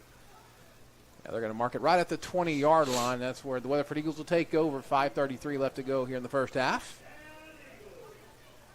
Thank you for joining us wherever you're joining us from tonight. Have, again, good crowd over there on the visitor side there coming up from Elgin. Fall break week, so the game's on Thursday, so enjoy your Friday night off. Next week we'll be back home for homecoming. Big one against the Douglas team coming in. Fun, festive week for homecoming. Got the parade on Friday and obviously the big game. Join us also on Tuesday night, 6 p.m. for Burrito Miko for the Elgin Owl Coaches Show. If you're just joining us now, unfortunately the Parliament fell to the Carl Albert Titans today, 5-2 in the state tournament. Great season by Levi Garrett and the girls making it to state, but comes to an end today, unfortunately. So handoff to number 25. Great job by Braxton right there, keeping that outside shoulder free, making him cut up underneath, and once he cut up underneath, able to tackle for the short yardage gain. That's no gain, actually. Lou Downs, the 6-foot senior for the Eagles on the carry. I assume that's Ethan's little brother. I would imagine so. I remember covering Ethan when he was a freshman, all the way through his career. But as a freshman, he stood out and was like, who is that kid? Yeah, and then all of a sudden, he's a freshman. Okay. Had a great career at Oklahoma. Yeah, absolutely did. So Wald again is going to keep this one, but just slips down. Kind of that RPO play right there, but Ritson did a good job of staying home, and Brody and John did a good job of covering that outside receiver as well and tried to make a cut up underneath and lost his footing. Yeah, so lose a yard on the play, make it 3rd and 11 now. It's a great turf. We were out there on the field before the game. It is a turf field, but very grass. Yeah, very grass-like. Yeah. That's grass-like you can do for something artificial. It's kind of been a big talk around the NFL these days. A couple of blown ACLs or whatnot. Yep. Players wanting to go back to grass fields. And goes into motion. Quarterback is going to keep with a big hole there. Met by John Lohman. But John Lohman is doing his job. There he we makes go. that tackle. And going to make this a 4th down now for Weatherford. Deep in your own territory right here. I know you're down 21-0, but I think on. you're going to punt this one away still in the first half. Again, Corday Ritchie going back. Owls should get good field position. Again, they are kicking against the wind here. Well, Corday kind of making an emergence as that punt returner. It does give Ritson a little bit more of a break in between, which helps Much a needed lot. break. Yeah. Punt may go backwards. Hey, right. we got to, okay, remember that rule. So remember that rule, if it doesn't cross the line or whatever, you can pick it up and Yes. run or whatnot. Happened to us a couple years ago. So it's going to be at the, let's see. But that one did roll and bounce out of bounds, so it's going to give us great field position at about the 28-yard line. So short field now for the Elgin Owls. Good job by the Weatherford defense on that last drive of forcing a punt, but kind of negated the first down after that holding call. So see if the Owls can get back on track and get some points out of this drive. Kind of one good thing about the way we are now is kind of almost in field goal range. We are, with the wind especially. Yeah. Ian has turned out to be a real weapon for us. Ball on the 28. Brody bring closer to the line here. Richardson behind Caden. Caden's dropping back to pass and going to throw it maybe a little too far inside. Yeah, right There's there a on flag. that. Kind of bumped into him on that one, though. You probably want to throw a little bit of air under that one and allow Joey to go run under it. Yeah. I know it was kind of a skinny post, so the way that the play was designed, maybe that he was supposed to throw it on a line, but you see it's single coverage back there and no safety over top. Just, he said that stuff comes with just experience, though. I mean, those back shoulder throws also, I mean, that's just a hard thing to kind of do as well. So probably going to give us 10 yards right there. 3:28 to go here in this second quarter. Will put us inside the Taco Mayo red zone. 1st and 10 now for your Elgin Owls. Keegan Hillary in there at one of the receiver spots. Brody on the outside. Richardson in the backfield with Caden as well. Lucas Young tied in on the left side. Push it back about a yard. We were at 28 now. It's up to 18. Yeah. No 11-yard penalties that I'm aware of. No. Well, unless it's half to this. Pretty even or something usually, like that. yeah. So handoff is going to be to Richardson again. Makes it first. There's a flag in the backfield. This might be for naught. Yeah, definitely is, unfortunately. Probably another hold. Like I said, we've kind of had this in some of the second quarters as we've kind of been on this streak. We kind of have such great starts, get out to a pretty decent lead, and then we kind of take our foot off the pedal a little and kind of, like you said, one week maybe going neutral a little. And yeah, it gets a little sloppy sometimes when you get a lead like that. So going to push us back to the original start of the drive spot more than likely, but it makes it 1st and 20. That's something the coaches want. I mean, they want to get that cleaned up like now. Well, yeah, I mean, once you kind of, I mean, obviously Weatherford's a good football team, don't get me wrong, but I mean, as you start moving forward into some of your bigger into the season games and some of those games potentially in the playoffs, I mean, football's a game of inches, and I mean, we used to get behind those sticks. I mean, it makes it difficult on everybody. It makes it difficult on the play caller as well. Yeah, absolutely. So Brody at the bottom of your screen. They're going to give him a lot of room. Caden is looking his way, but instead it goes outside to Lucas, but again, can't quite hold on to it. Yeah, just a deep kind of curl route right there. Lucas probably took his eyes off it a little, tried to run before the catch, and the sure-handed Lucas kind of did not catch that one.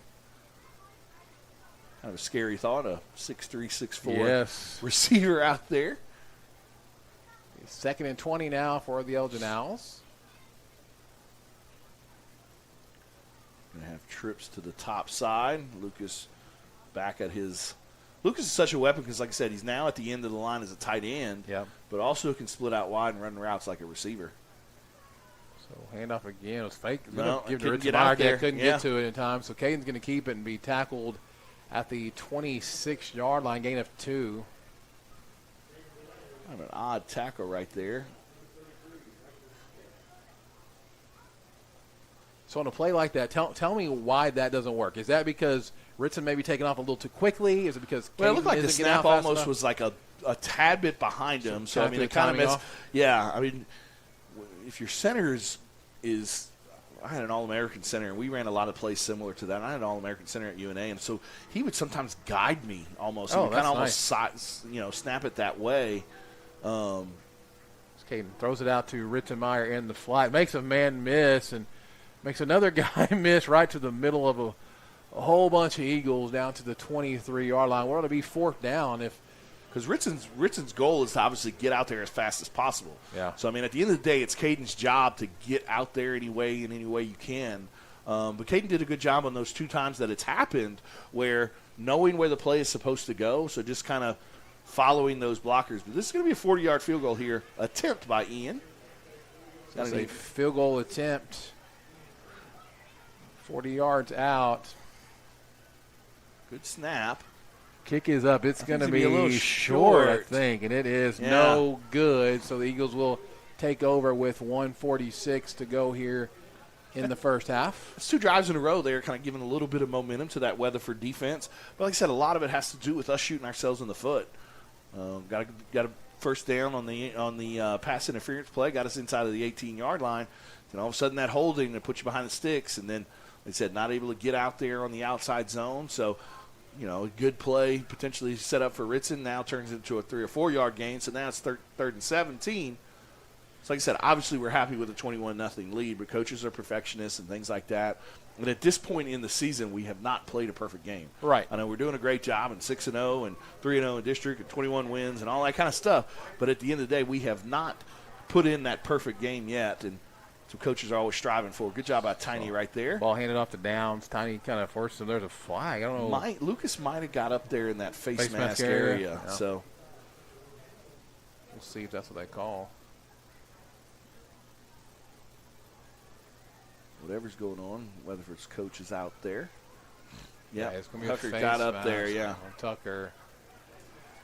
So that will be a first down for the Weatherford Eagles. Now, something, if you're the Elgin Now defense, you do want them to go down and score because they do get the ball. Yeah, I mean, it could be a 14-point swing there, yeah. So I want to see if we can get the ball back and maybe get a little 2-minute drive going.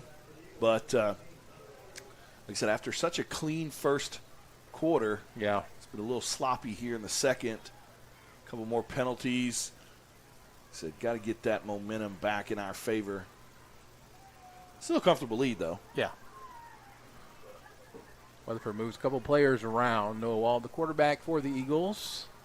Talked a little bit about that during pregame. And the keys to that snap in the backfield, and good job. Yeah, just to fall down on the side of the 10-yard line to get that ball. Yeah, kind of took his eye off of that one. Trying to probably think of where he was going. Right at a minute left here in the first half. Probably was trying to survey the defense before catching it. I think the Owls are potentially going to let this. I thought maybe they'd call timeout, but they only got one left. That one left. So the 2 they used early on. So I think Weatherford's going to be perfectly fine with maybe running a play or two, and we got to run at least one. Yeah. Play clock is at 5. Noel gets the snap. No, that's a different. Oh yeah, John Lohman almost was able to pick that one off, but they've got a different quarterback in there right now, number 15. It looks like John Lohman almost with the big pick. Had the takeaway earlier with the strip of the quarterback. Number 15 is Hunter Hargis, the sophomore. Yep. Yeah, on that run, he kind of came up a little bit wobbly. Yeah, possible. So yep. Don't see him on the sideline at the moment. Hard to tell because he got that jersey pulled up. Yeah. John Lohman, though, great job of breaking on the ball. Almost had himself a pick six. The Eagles here now. You're probably just trying to play safe and not lose the ball down this side of the field. Nice little run right there by the sophomore. He's probably going to do it. Nope. Yeah, Elgin is going to call a timeout here. And I think with the defense like we have, if you could just force a turnover and make them do something. Well, that's fourth down now. So I mean, getting the ball into Corday's hands, see if Corday can make a play right here, or at least fair catch it and give yourself and we know one what opportunity for a Hail Mary or so. The last punt as well did not go very far. Yeah, I mean, you maybe run Ian out there for another field goal attempt. Get some points on the board before halftime. Stick around for the Corey Eastlick halftime show. Congratulations to the band. The Pride of Elgin did a great job at their performance on Saturday. Ones across the board from what I read. Mr. and Mrs. Palmer do a great job with those guys. And we're very happy with that performance. Got to see the Facebook post that I saw. Yeah, I got to see the video of that too. I think Dylan might have done that as well. We got the video of the Mr. Palmer telling everybody. That was pretty cool to watch. Right. He talked. I love how he kind of picked on him a little bit. He's like, "Hey, we know this is wrong, this is wrong, this is wrong." But when we went upstairs, all the ones. They said they didn't see any of that, and they gave us all ones. So here is the punt, and this is going to be a better punt than last time. It's going to hit at the 46-yard line and just kind of roll down to the 31, where it will stop right there. Yeah. Clock will have 12 seconds left on it now. This far back, probably not a whole lot you're going to do here. Maybe try and throw. Take a shot, man. Yeah, throw a post or something. Maybe Corday or Brody. So probably the last play we'll see here, depending on if it's pass or not. Yeah, we'll get some stats. We'll get some stats from you as well. Ritson got all 3 touchdowns, 24 on the season. So like I said, great first. Really great first quarter there, but then said kind of a little slow there in the second.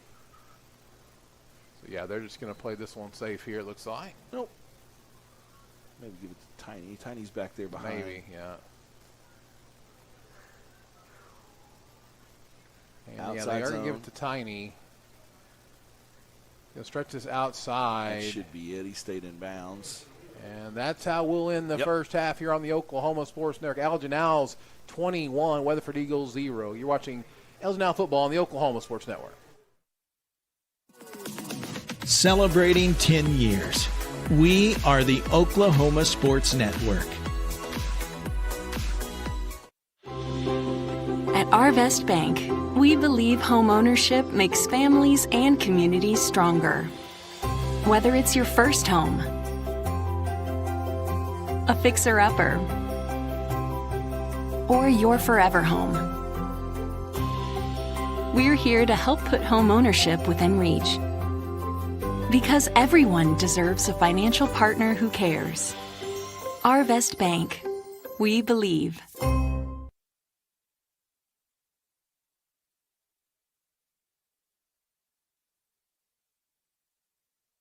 Hi, I'm Dr. Todd Bridges, and after 30 years of practicing dentistry in Lawton, Fort Sill, Southwest Oklahoma, I need some help.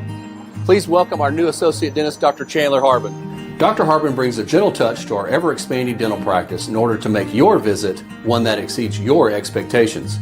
Even more things to smile about is our partnership with 3 major dental insurance companies, United Concordia, Delta Dental Premier, and Health Choice. Come schedule an appointment with Dr. Harbin or myself by calling 580-248-6700. Lawton Fort Sill Regional Airport, just 1 mile to anywhere, offering non-stop service to Dallas-Fort Worth. Fast, friendly, and convenient without all the hassles. Easy parking, and with close proximity to your arrivals and departures, all in their newly renovated terminal. Here to there in just 1 mile. To book your mile to anywhere destination from LAW, log on to AA.com or call 800-433-7300. Scott's House of Flowers in Elgin has been proud to serve Elgin and the surrounding area with a wide variety of flowers and gifts for all occasions. Come see them for great gift ideas, including the exclusive Tyler candles. And who couldn't resist Sweet Shop USA, featuring handmade grand truffles. Scott's House of Flowers, just off Highway 277 in Elgin. Delivery available, or stop by for easy pickup. Phone 492-4880. Scott's House of Flowers. These hands have seen a lot.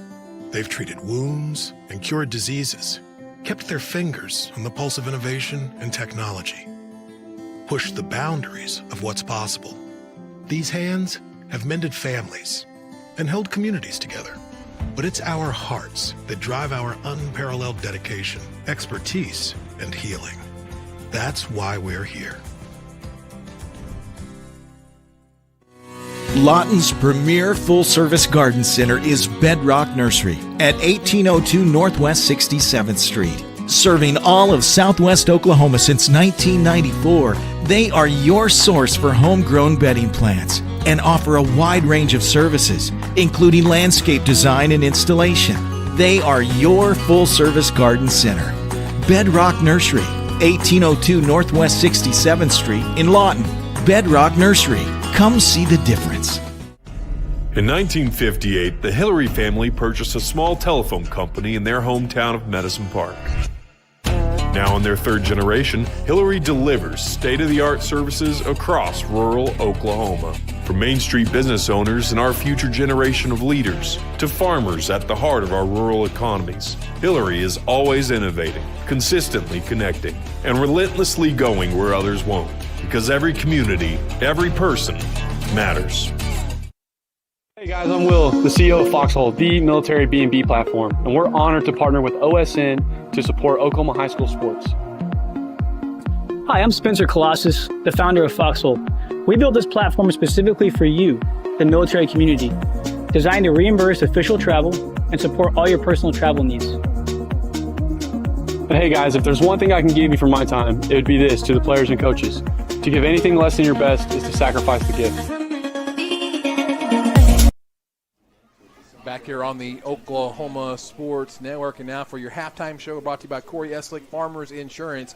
As your local Farmers agent right next to All-America Bank, she can help customers like you identify the insurance coverage that best fits your needs. This process is straightforward and personalized to help make you smarter about insurance. With over 20 years experience in the industry, she has the knowledge and tools to help you better understand your coverage options, whether that's auto, home, life, renters, business, insurance, and more. Give her a call at 580-492-5547. Enjoy the halftime show, everybody.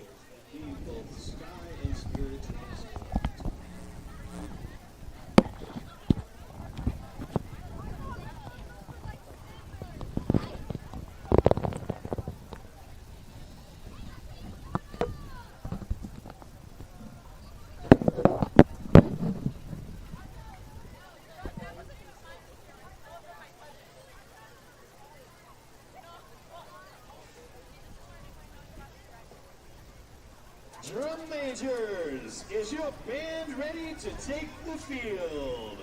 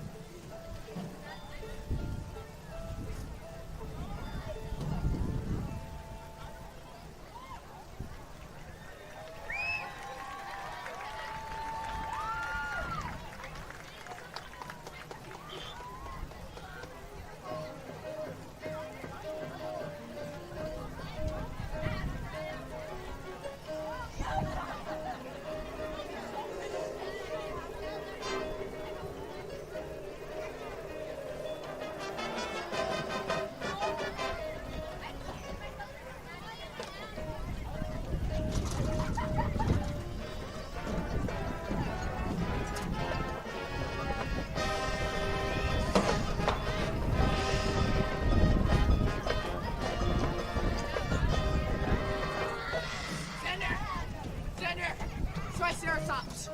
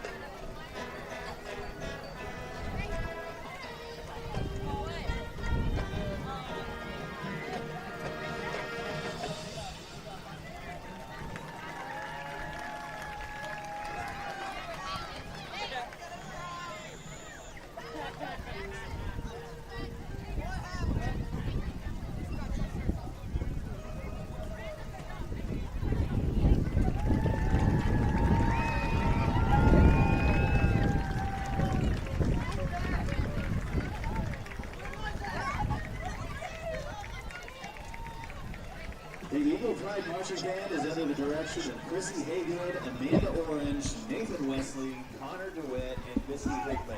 Guard instructor, Megan Gilbert, and student teacher, Miguel Lara. We would like to invite you to the next football game.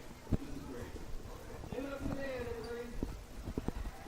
Thank you for your continued support of band programs. That's your halftime show brought to you by Corey Eslick Farmers Insurance. And let's take a look at some stats while we have some time here. Yeah, we've got some, like I said, not a whole lot of yardage-wise at least, because obviously didn't do much there in the second quarter. But Caden's 6 for 11 for only 43 yards today so far. Brody has 3 of those 6 receptions for 25 yards. Ritzenmeyer, 14 carries for 65 yards, but does have those 3 touchdowns. Talked a little bit about him getting closer to 100, has 81 total TDs.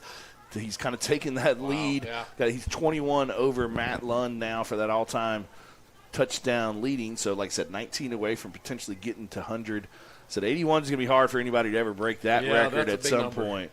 And he's 200. Just found this out from David as well. Believe about 275 yards away from passing Kwame Tate for the all-time leading rusher as well in Elgin High School football history. So, kind of got some stats as we move forward into the year to see. Like I said, last year Trace was able to get that all-time leading passer, and Ritten's 275 away from taking over that spot from Kwame Tate. Yeah, so we'll keep a track of that as we continue on this season. For some scores around the state now, just taking a look there, Clinton leads Woodward. That is 14-3 at the half. Also in district play, Cache and Bridge Creek all tied up at 7. That game is at halftime. Douglas is trailing Elk City 30-0. That game is in the second quarter. From some other stores just from around the state, Tuttle, number 1 Tuttle in the state, 49-0 over Tecumseh. That game is at the half. Cushing and Widener, that's kind of a close one, 14-14 at the half as well. Salisaw 14-7 over Glenpool. Ada leads Stillwell 42-0. That game in the second quarter as well. I'll look at some scores also from the other classes, especially those on the Oklahoma Sports Network. MacArthur leads Elk City 35. Midwest City. Midwest City, excuse me. And what's surprising teams this year, Altus 7-0 now at Noble, leading that one 28-6 in the second quarter. There's a strong possibility that the coach's son there, can't think of his name off the top of my head right at the moment, who's a freshman, will be the best player to state in a couple years. He's having a phenomenal really year good as a freshman, doing a great job right there, kind of going away from Altus's bread and butter with that triple option and kind of going wide open now. And he can really throw the ball around the ballpark and doing a great job there for Altus, one of our OSN schools. Levi and those guys do a great job bringing all the action over there. The Wolverines trail El Reno 14-8 in the second quarter. Carl Albert doing Carl Albert things, 52-0 over John Marshall. That game is at the half. Dell City as well on the Oklahoma Sports Network, 42-7 over Will Rogers. Some other scores that are going to be games played tomorrow. Class and SAS at Newcastle, another kind of a interesting team there. We got to see Newcastle. They one of those teams that I think they're a lot like Elgin in the fact that we're both, as far as I think Elgin could be 5A here again pretty soon. We're very similar in the kind of the size and just kind of the growth of the towns and cities and how that's worked out there. We got to see them this year. Maybe the best team we saw this year. I'm not quite sure if they were, but certainly they would kind of fall into that category. Also, some scores from 6A as well. Piedmont up over Eisenhower 55-0. That game is at the half. And number 1 Stillwater over number 4 Choctaw 21-0 at the half. We're going to take a break here on the Oklahoma Sports Network.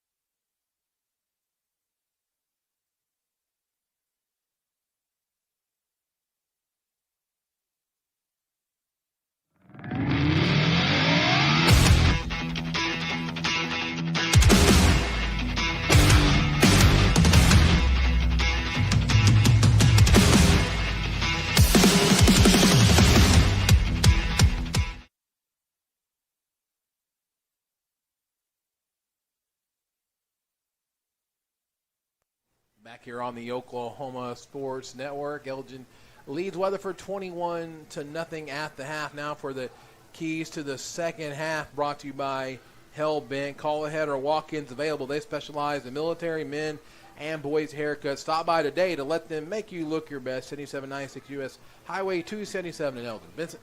Yeah, Chris wants to give a huge shout-out to Tara for getting him done quickly because he kind of got there a little bit late but was able to meet us in enough time. So good job, Tara, over there at Hellbent.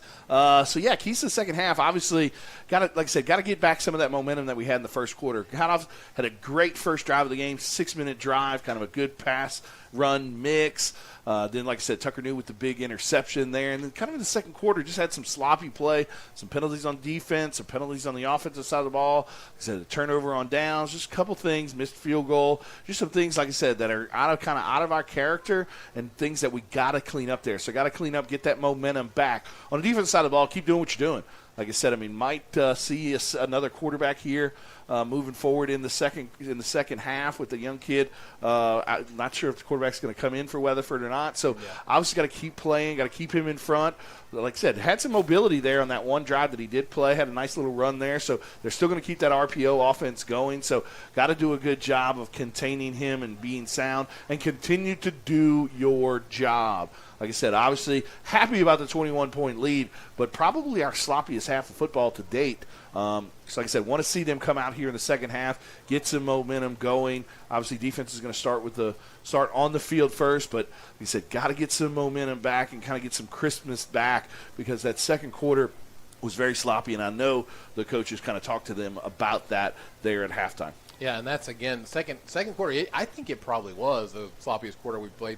We've had a couple of them, but especially with the starters in there still. We've had some when we had some rotating a bunch of guys in and out and some things like that. Yeah. But at the end of the day, probably, like I said, we're kind of not getting out there and some handoffs, not some of the greatest snaps, some really bad penalties in bad spots.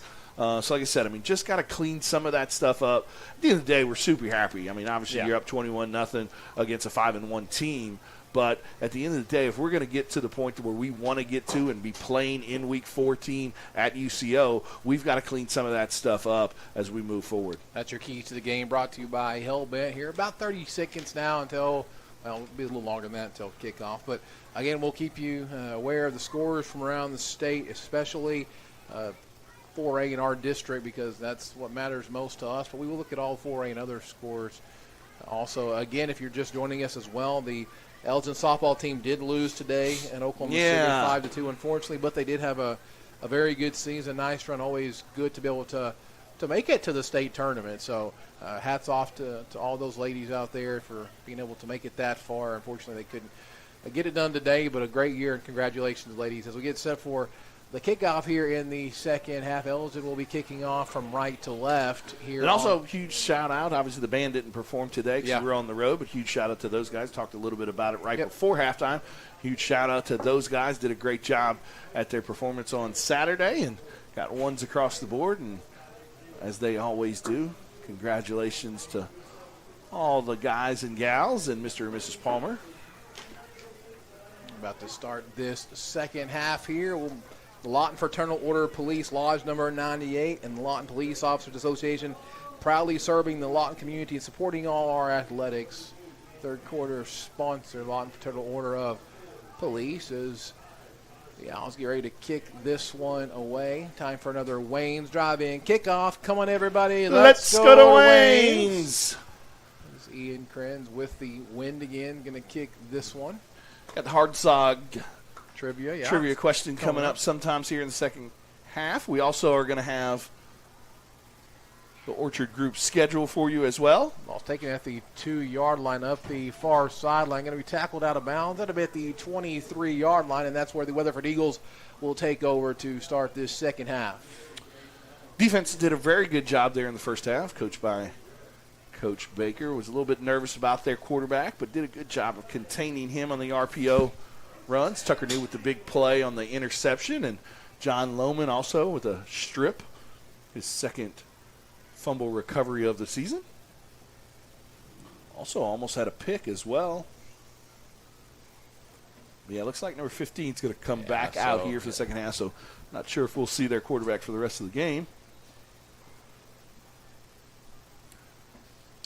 3 receivers to the bottom of your screen, 1 to the top, 1 goes in motion. Handoff is ball's on the ground. On the ground, but I think he's able to downs, fall on top of it. So be a second down now for the Eagles. That's one thing that happens, like I said, kind of new quarterback in there. They do a lot of things with the ball as far as kind of, like I said, with that RPO where you're holding it in there for a while and some of that type of stuff. So got a lot of moving parts in that with a new quarterback sometimes not used to working with those running backs, and ball's on the ground the first play of the second half.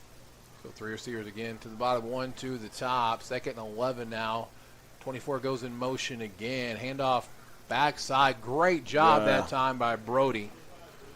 Doing his job. Yeah, I mean, staying home right there. Like I said, 4-year starter, though. You kind of expect that out of him. He's seen so much action back there at that safety spot. So nothing kind of gets by him at this point in his career, and continues to do a great job back there, not only on the defensive side, but also as our leading receiver. Had 3 catches for 25 yards there in the first half.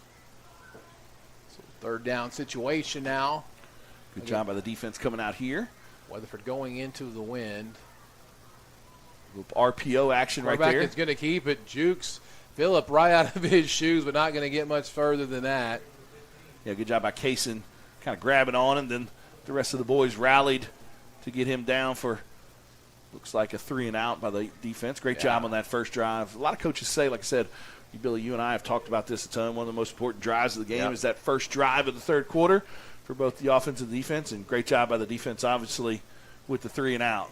Punting's kind of been a little bit interesting for the Eagles so far tonight. Let's see what happens with this one. That one was a good one. Low, and Cordate's going to try to catch this one. The ball's put on the ground and able to get back on top of it, but not going to go much further than there. It's we just short of midfield at the 49-yard line.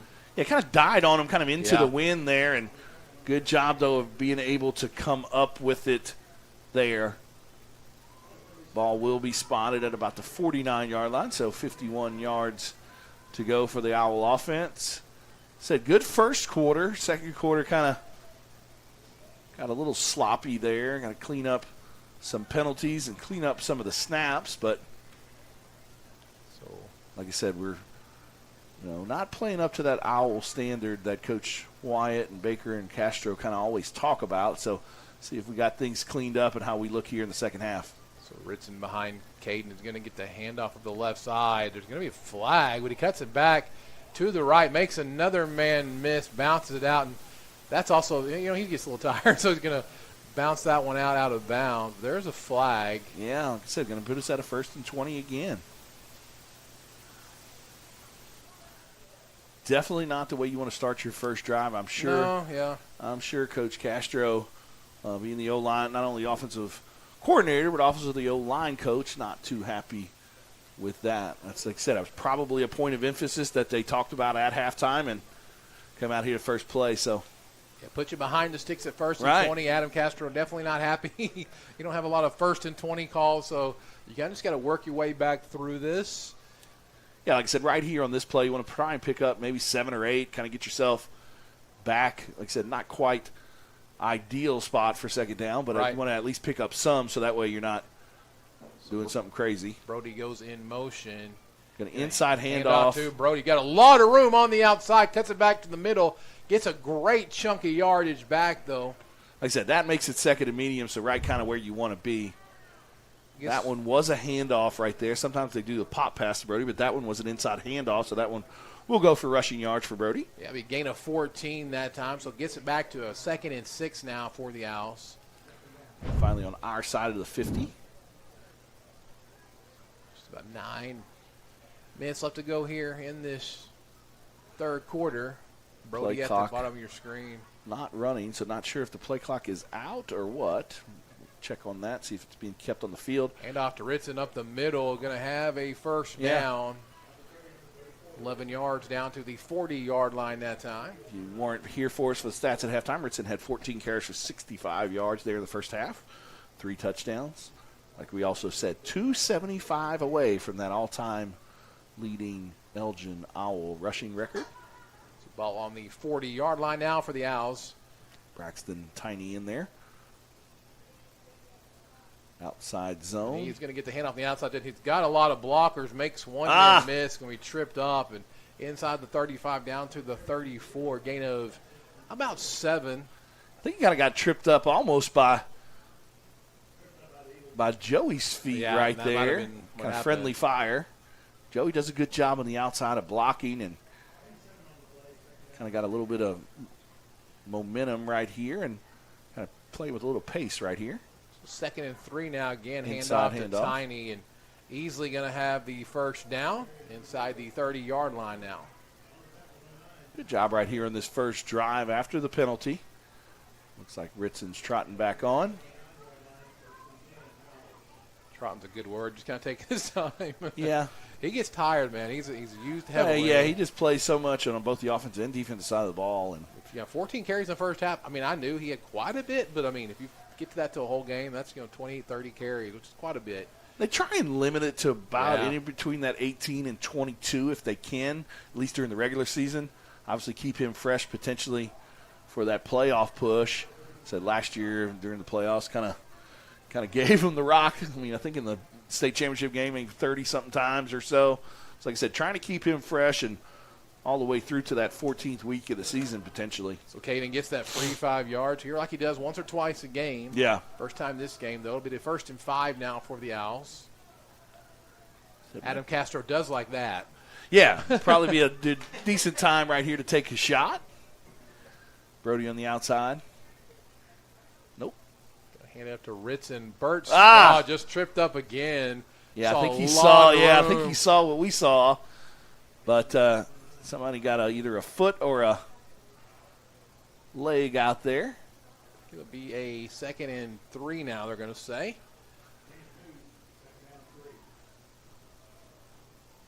Looks like CJ might have lost his towel. That was a good throw by the Weatherford player. They threw a towel about 20 yards across the field. Second and short Second right short, here. 6:45 left to go here in the third quarter. Brody at the bottom of your screen.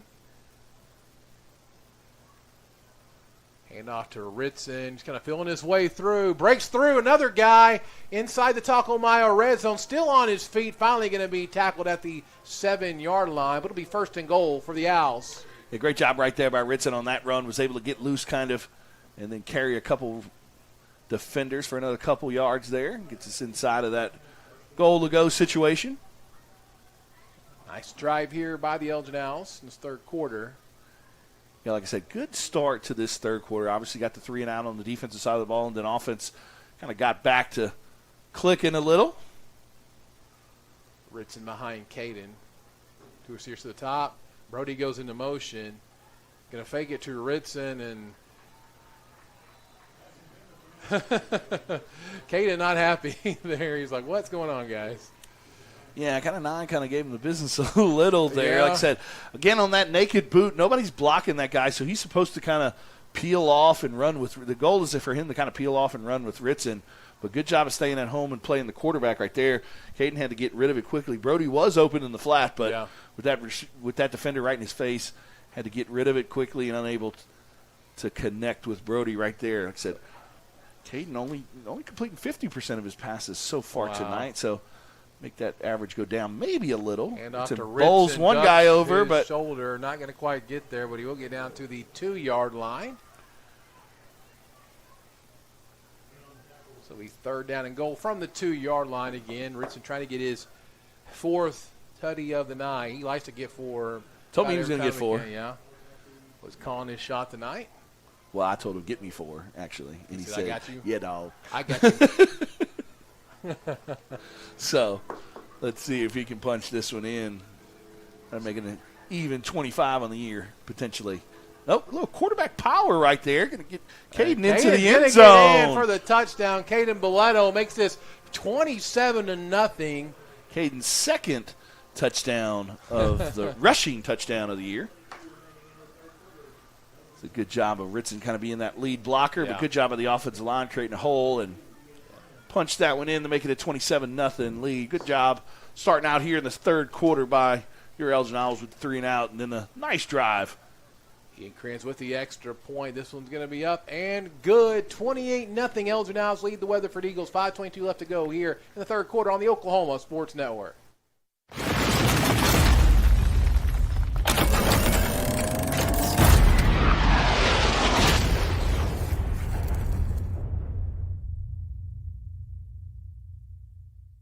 Landmarks. They stand as symbols, reminding us of history and moments that shape our lives. We create our own landmarks. At Becker Raybon Funeral Home, we understand the importance of honoring these moments. Let our compassionate team help you celebrate the life and legacy of your loved one. Offering a range of services to honor the stories that matter most, we believe that every life leaves a mark that deserves to be cherished and remembered. Becker Raybon Funeral Home, honoring the landmarks of your life. Back here on the Oklahoma Sports Network, 28-0, 5:22. We get another Pizza Corral scoring recap. Vincent? Yeah, great job by the Owl offense right there after the penalty on the first play of the drive. Was able to kind of take over from there and run the ball down the Eagles' throats and was able to punch it in for Caden Boletto's first rushing touchdown of the game, his second rushing touchdown of the year. We get set for the Wayne's drive-in kickoff. Come on, everybody. Let's go to Wayne's. Wow, Vincent was not on cue with me that time. I mean, I just pulled a Chris. It's okay. I'm not doing my job. Do your job, Vincent. This is going to be kicked into the end zone for another touchback. So the Eagles will take over on the 20 again. We talk about this every week, but to have a kicker who can put it in the end zone routinely or put it in really good spots kind of down the corner, it's a great weapon to have, kind of eliminate a kickoff return altogether. And also it does, a lot of people do get hurt on kickoff return, so it kind of takes that out of play as well. And so they've got to go 80 yards now to score on you. Yeah, I mean, like I said, I mean, it's tough to go 80 yards, especially on our defense. I mean, our defense is doing such a great job all year, only giving up 168 yards a game, only allowing about 10 points a game. I said a lot of that has come, no offense to those guys or anything, but a lot of that has come against some of those young guys when we've kind of gotten out to some big leads and things like that. So, he said, when you have to go 80 yards and the defense is good as ours, it makes it really, really tough. Quarterback looking to pass, being pressed out of the pocket, just throw it up for grabs. Good job by the quarterback, though, there. Only a sophomore, and like I said, did a good job of not seeing anybody open downfield and did a good job of getting out the pocket and throwing it away. No harm, no foul. So make it a 2nd and 10 now for the Eagles. One of the hardest things for a young quarterback to do is kind of learn, like I said, that when to throw it away and not throw it into coverage, or you don't get many opportunities to throw it sometimes in a high school game. So when you do get that opportunity, you want to try and squeeze it in somewhere. But good job by him and not seeing anything open and getting the ball out of bounds. Live to play another down. So hand off this mill up to Ethan Downs. Yep. They probably would like to have him, but that's Luke Downs. I think any high school team would like take to him have right him. now, especially. Yeah. Wow. After he went to OU, he got much bigger for sure. So make a 3rd and 6 now for the Eagles. Last time Weatherford, this is a stat from Jason Lund. So sent me a message during the game. He's obviously back in Elgin watching. Yeah. Last time Weatherford was able to beat the Owls was Ethan Downs' senior year. They were good that year. Yeah, they were pretty good. I think they might have made it all the way to state finals. Pass out wide, going to be short and incomplete. 4th down now for the Eagles. Yeah, they ran that play earlier for a first down. Like I said, just kind of a stick hitch route, trying to get to the sticks, but unable to connect with the receiver on that one. So the Owls will force another punt here this time. Mr. Honey Bryce Owls is back, go yeah. back. So he'll be at his about own 45-yard line. Punt's going this way, being kind of tricky to pick up because the wind kind of kills them in the air. And this one, same thing, is going to be killed, but, dangerous. A bunch of people there. around, yeah. It's going to take a good little bounce inside the 40 down to the 37. That's where Elgin will take over. 4:17 left to go here in the third quarter with a 4-score lead over the 5-1 Weatherford Eagles here on this Thursday night in Weatherford, Oklahoma. Undefeated Elgin Owls, 3-0 in district play. The only loss in district play was to the Clinton Red Tornadoes, who we'll see here in a couple of weeks as well as we make that again trip up the western Oklahoma I-40 corridor. Yeah. We like this. Got to come up this side of the state. It's kind of a weird Halloween night in the Tornado Bowl. Does not sound ideal. Oh, I cannot wait to talk Halloween candy that night. That's what we need to dress up. We need to dress up. I want to dress up. My daughter wants Chris and I to be 6'7". Oh, no. Let's not do that. Caden Belletto going to try. A lot of time. Flushed out to the right.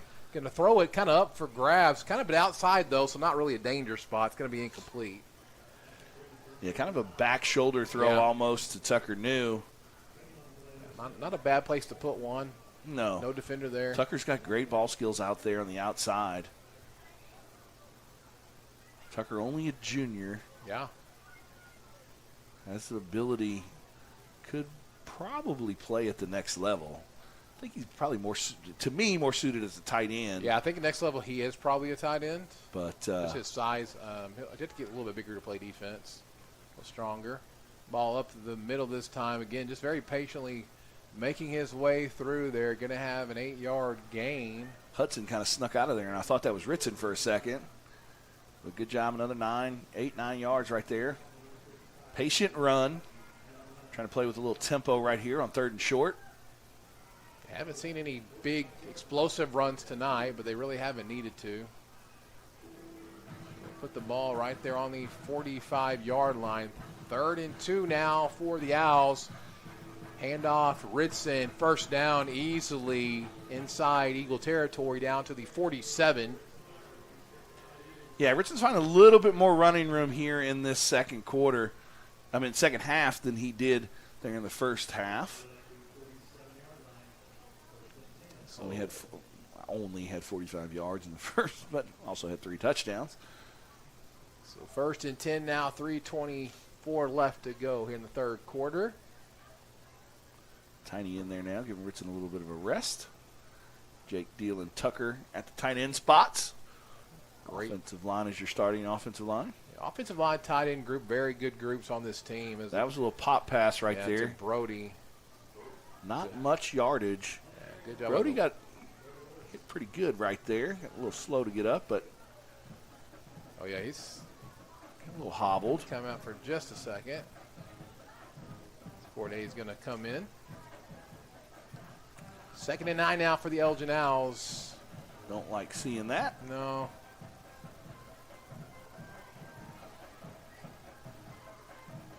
Tiny behind Caden Millet. Oh, I hear you, Weatherford man. When I dip, you dip, we dip. And out to Tiny. Just kind of sneaks his way through. Hit pretty hard there at the 41. Stood up. It'll be gain of 5. Ramp a 4th down now for the Owls. 3rd down. Oh, they're just far side had his 3rd RA too. So 3rd and 4. I thought they got one ahead of me. I'm like, what a miss. Yeah.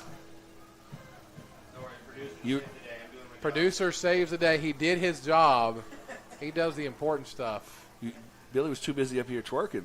No, that's not happening. Caden drops back to pass. Well, kind of threw that into some coverage. Maybe ill-advised throw there, trying to force that one in. Looks like we're going to bring the punting unit out. We'll make it 4th down now, though. Yeah, trying to squeeze that one in. Yeah. Probably should have went to the swing route. Braxton, right there, kind of one you can a little bit of a teaching lesson right there. No, it's 3rd and short. Don't have to get it all, so maybe try and swing it out there to the open guy and get that 1st down and keep the drive alive. So Kaysen will punt this away, standing on his own 45-yard line. Low bouncer. Gets a decent This punt could be away, though. pretty good, yeah. If they can get down there and stop this, and they do get behind it. Great job inside the 5, still rolling. I think finally at the 3-yard line. And down there by, looks like Tommy Finley. Great job by the special teams. You got to talk to Tommy at the coaches show the other day. Tommy's a great kid. Neighbor? He's a. I like the aspirations of these young guys. Tommy's pretty big into all that stuff, and got a bright future ahead of him. Kind of been on that coach's council for a while since he's been there at Elgin. Like I said, one of those guys that every high school team needs. Coach Wyatt really relies on him a ton. Kind of getting the understanding, the pulse of the locker room, and all that kind of stuff. One of those team leaders, but does all the dirty work, and they said not one of the stars, but you need guys like that. Yeah, absolutely. Fred and Anna, both of those guys that were out there, great kids, both of them, and you've got to have those guys. Just keep her on this side, stretched out and tackled, maybe even for a loss. I think they're going to say he got barely out of the end zone. So it'll be a loss of 2, though, at the 1-yard line now. Good job by Bryce coming up. Like I said, Brody's still out, so Bryce moves to safety. Keegan moves to corner because you got Keegan and Corday at your 2 corners, and John Lohman and Bryce Martin at your safety spot. The coach gives a play to number 4 who runs it back in. Just around 1 Brody minute left to go. bouncing around over there on that sideline, so it looks like he might be okay. Let's hope so.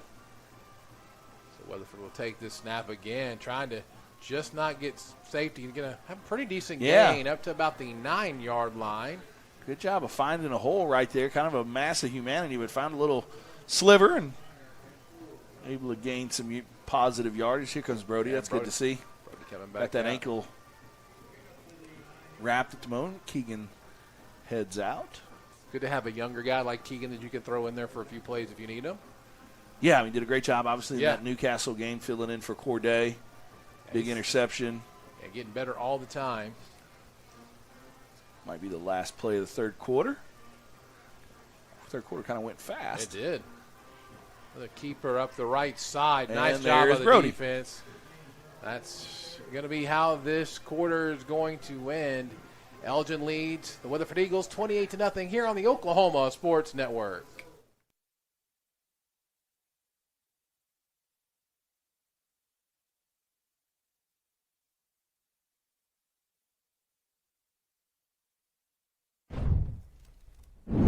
Are you prepared for summer? If you're someone who feels anxious or scared about going to the dentist, you're not alone. We're here to make sure you feel completely comfortable every step of the way. And at our office, we believe in treating more than just teeth. We focus on you as a person. And with Sedation Dentistry, you can experience the care you need without fear and without pain.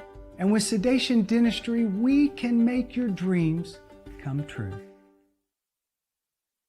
Power Services, the power of quality and comfort, servicing all of Southwest Oklahoma and the surrounding area for the past 40 years. Offering the best service for heating and air for both residential and commercial, geothermal systems, electrical services, and generators are their specialty. Give them a call for all of your heating, air, and electrical needs. Experience the power of quality and comfort with Power Services of Southwest Oklahoma. Give them a call today at 580-875-3645. That's 580-875-3645.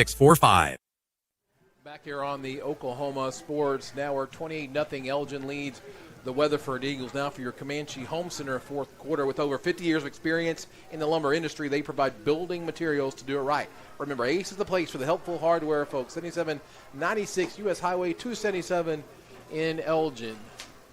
4th and 6 to start this fourth quarter. Phillip kind of got in there as well. Over in and dug a great bounce. Going to go out right around, let's say, the 40-yard line or so. Phillip almost got in there for his third punt block of the year. They're going to say he went out to 45. We'll take that. So 28-0 now. Elgin Owls, good job. Been in control really since the beginning of this game after the first drive. Yeah, 6-minute drive to start the game. Kind of punched it in there with Ritzenmeyer, first touchdown of the game. Then a huge play by Tucker New with the interception on the first offensive play. Kind of a tipped ball and into his lap, and 14-0 before you blinked. And second quarter not so hot for the Owls, but doing a much better job here in the third quarter. So Tiny coming out behind Caden Mileto. Going to go into motion. Going to throw him a little swing pass behind him a little bit. Needs to pick it up and does. Just probably ought to go down here as that play didn't work out so well. It's going to, I think they're going to stop him at the 39-yard line. So a loss of 6 on the play. Yeah, trying to get a swing pass out there quickly to Braxton. For those that don't know, if it's a backwards pass, then it is a fumble. Yep. Good job by Braxton understanding the rules and getting on top of the ball, even though it was a lost yardage play. Elk City 30-0 over Douglas in the third quarter. Douglas, our opponent next week for homecoming. Sometimes here in a minute we'll show you another little reverse here to Corday. He gets a lot of room on the side. You can get a block, but he gets through and breaks through. A couple people still on his feet fighting. He wants to take down the house, but he'll have to settle for taking it inside Weatherford Eagle territory down to the 45. Yeah, good job on the outside of blocking by Joey. Joey's one of those better blockers on the outside. Yeah. We like using him in that way, but Corday just shows the ability he has with the ball in space, able to make a man miss and then get some positive yards for the first down after the lost yardage play. Clinton Red Tornadoes lead the Woodward Boomers. That's 14-3 in the fourth quarter. Low-scoring game there. Yeah. At Woodward. Like I said, Douglas next week for homecoming. Join us for all the festivities. Probably go live a little bit earlier because homecoming court will be announced around 6:30, so we'll go live. Another low snap, so good job by Caden just picking his way through there for Caden could come out of this game as our leading rusher before we know it. Yeah, that's going to be about a 14, 15-yard gain. Yeah, they're giving 16 on the gain inside from the 45 to the 29, so But like I said, doing a good job of knowing where the play is supposed to be designed to go. To follow the blocking that way. Follow the blocking that way. Like I said, want to see those snaps get a little bit better, obviously, but good job of him of not compounding the mistake. Looks like Ritson's got his helmet off over there, so his night may be done. Tiny in behind Caden. Joey at the bottom of your screen. 9:30 left to go here. Get that trivia question from Hardzog Gifts out to you here in just a minute. Trying to hit the home run there, and he's going to good job, Joey, and Joey makes the catch. He's going to be out of bounds, though, but great job. Great job on the scramble route right there. Wait, What we got here? Looks like Caden's down at the moment. We're going to take a quick break. Here on the Oklahoma Sports Network.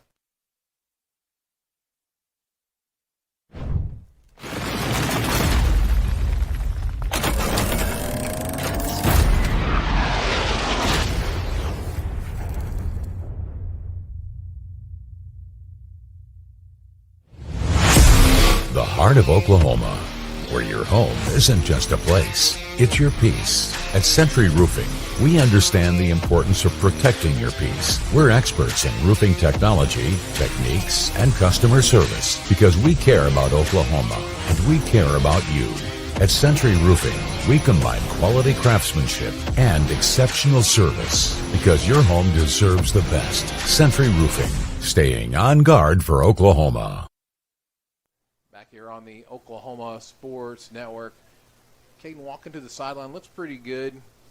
Not, going super fast over there, but he looks like he's all right, so we'll kind of see what's going on with that. Yeah, it took a big pop there on the scrambled drill, but great job on the scrambled drill, especially by Joey kind of working back to the quarterback.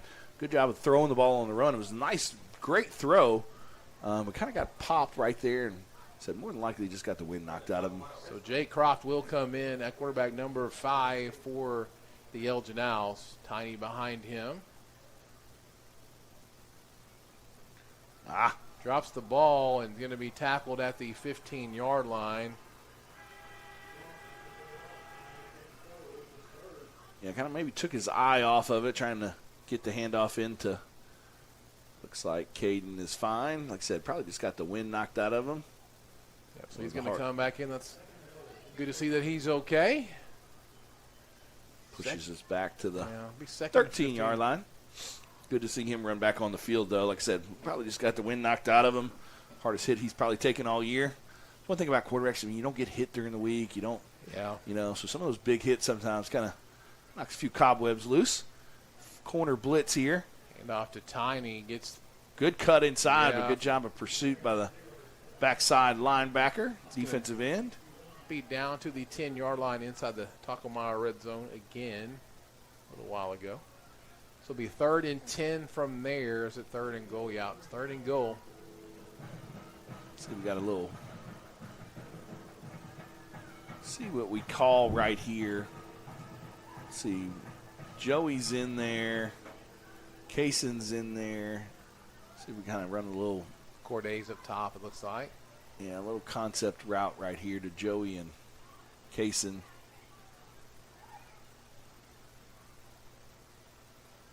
Get rid of it. Yeah, you got to throw it, and he finds finds a man. Great job. Touchdown. Unreal job to sit in the pocket like that and got rid of it at the absolute last second. Yeah, great job of finding Kaysen right there. Kaysen's 2nd receiving touchdown of the year. Great job by Caden to sit in there. Good job by Kaysen kind of working with the quarterback there and just kind of working away from the defender. Yeah, but great job by Caden to find him for that touchdown pass. His first of the night. That gives him 12, I believe. 12 touchdowns passing on the season. Now has 2 rushing touchdowns as well. Kick is up, and it is going to be good. 35-0, 7:22 left to go in the ball game here on the Oklahoma Sports Network.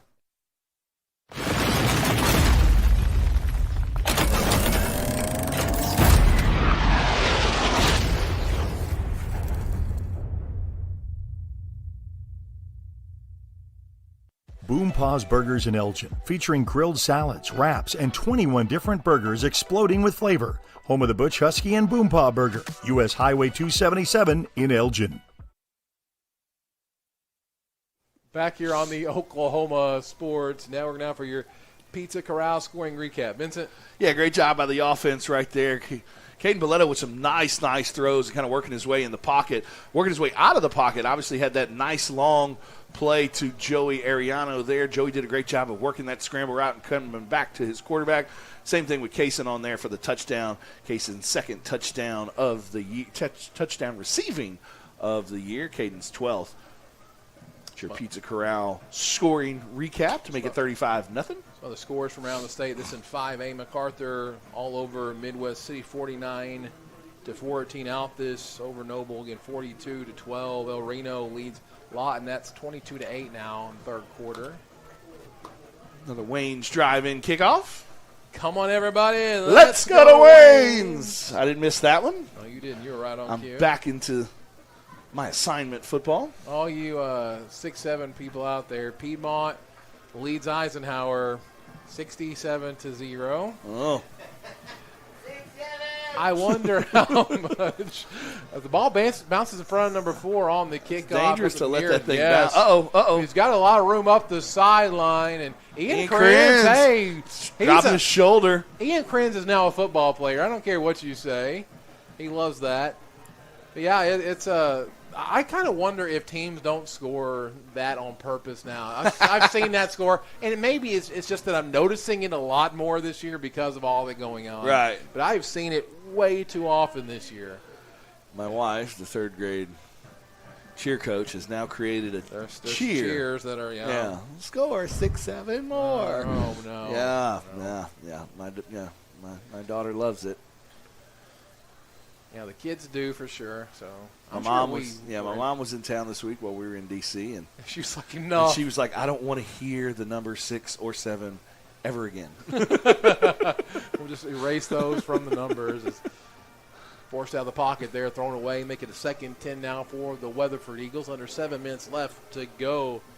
But we may rock it in the Red Tornado Bowl. Yeah, Chris and I may. Oh man. May rock it. Are you going to be 6 or 7, Chris? Good talk.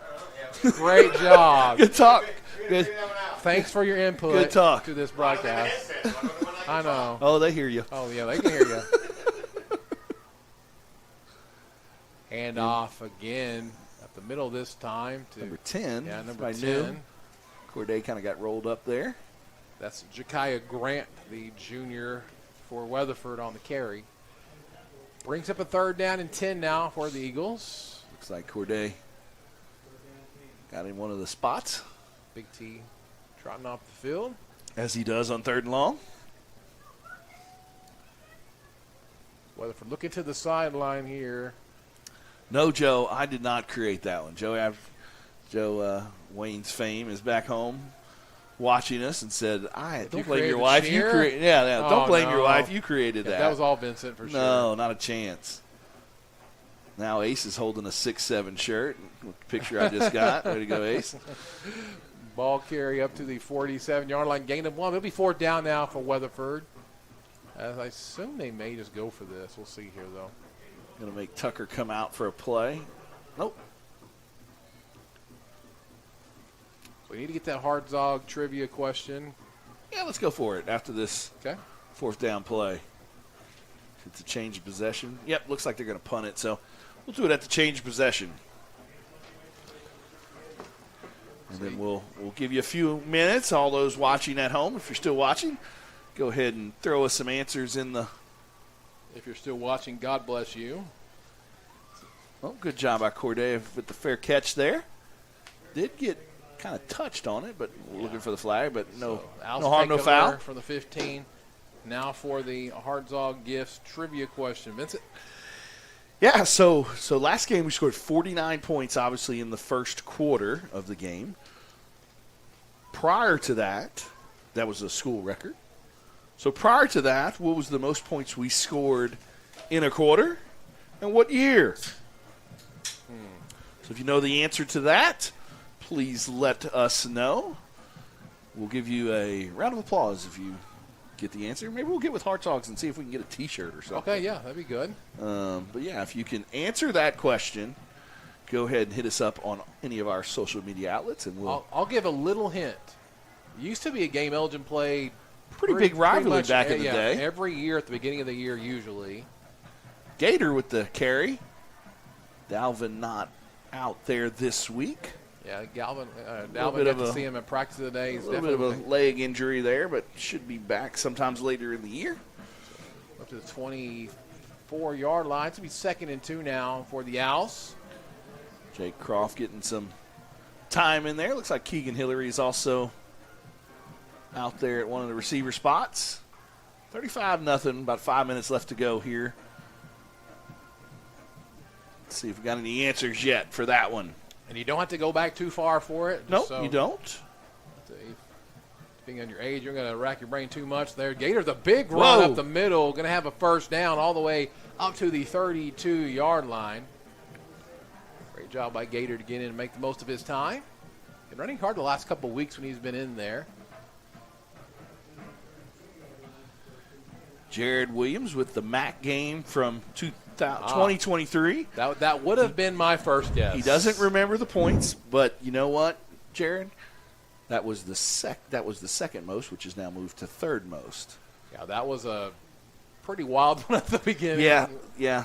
That was the second quarter in that game that the Owls exploded for a good amount of points. There goes Gator again. Nice job hitting the hole really hard. Going to have a good gain again of about 6 this time on first down. Make it a 2nd and 4. Yeah, they'll see if they can maybe run this clock out. I think Weatherford's not okay with that as well. Under 4 minutes now to go. Looks like Micah Keybone is coming on in for Jackson Deal. Looks like Hudson Begley is headed out as well. Total leads Tecumseh 70-6. That in the fourth quarter. Elk City over Douglas 37-0. Total has put up a decent amount of points this year. They have.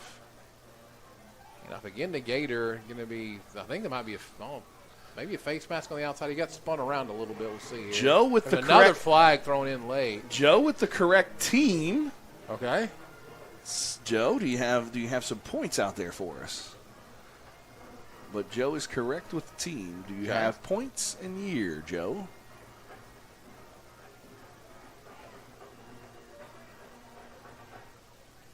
Maybe a face mask on Weatherford. Decline that one. I think there was another personal foul after. So. Well, no, I think it was two. It was two flags for the same thing. No, they were. I couldn't see.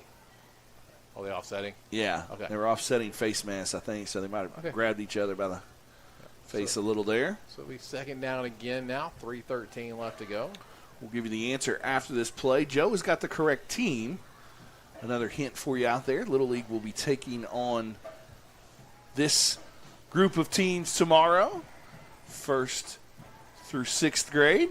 Jake hands off to Gator, gets up to the 40, gain of 3, make it 3rd and 2 now for the Owls. Joe came up with no idea and obviously wasn't listening to the question because he said 56, and I said we beat it last week with 49, so 56 is more than 49 there, Joe.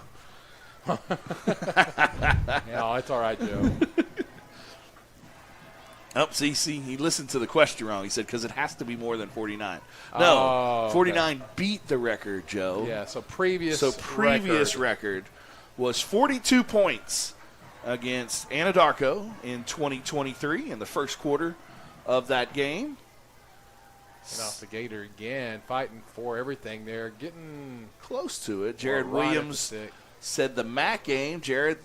We scored 41 in that second quarter in 2023. Great guess. That would have been my first guess. So 42 points against Anadarko in 2023. Yep, Joe just fixed my correction because I said tomorrow. The game's obviously I'm thinking we're used to playing on Friday, but tonight is Thursday night. So Saturday, beginning at 9 a.m., your Owls will take on Anadarko in the 1st and 2nd grade game. The first down for the Elgin Owls. The clock is ticking away under 2 minutes now. Stay tuned afterwards. The Ann's Country Kitchen post-game show also for the K5 Offensive Player of the Game and the Bree Chappelle Defensive Player of the Game. There goes Gator. Probably about 2 more snaps and this one can be over. So good, solid effort here. Second half, again, we had a little bit better second half. Like I said, great first quarter, sloppy in the second, but good job in the 3rd and 4th. And I know Coach Baker is happy with getting that shutout, baby. With the donut up there. Yeah. I could use a donut or 2 right now. No. Sure, we'll find a Brahms on the way home. There's a Brahms around.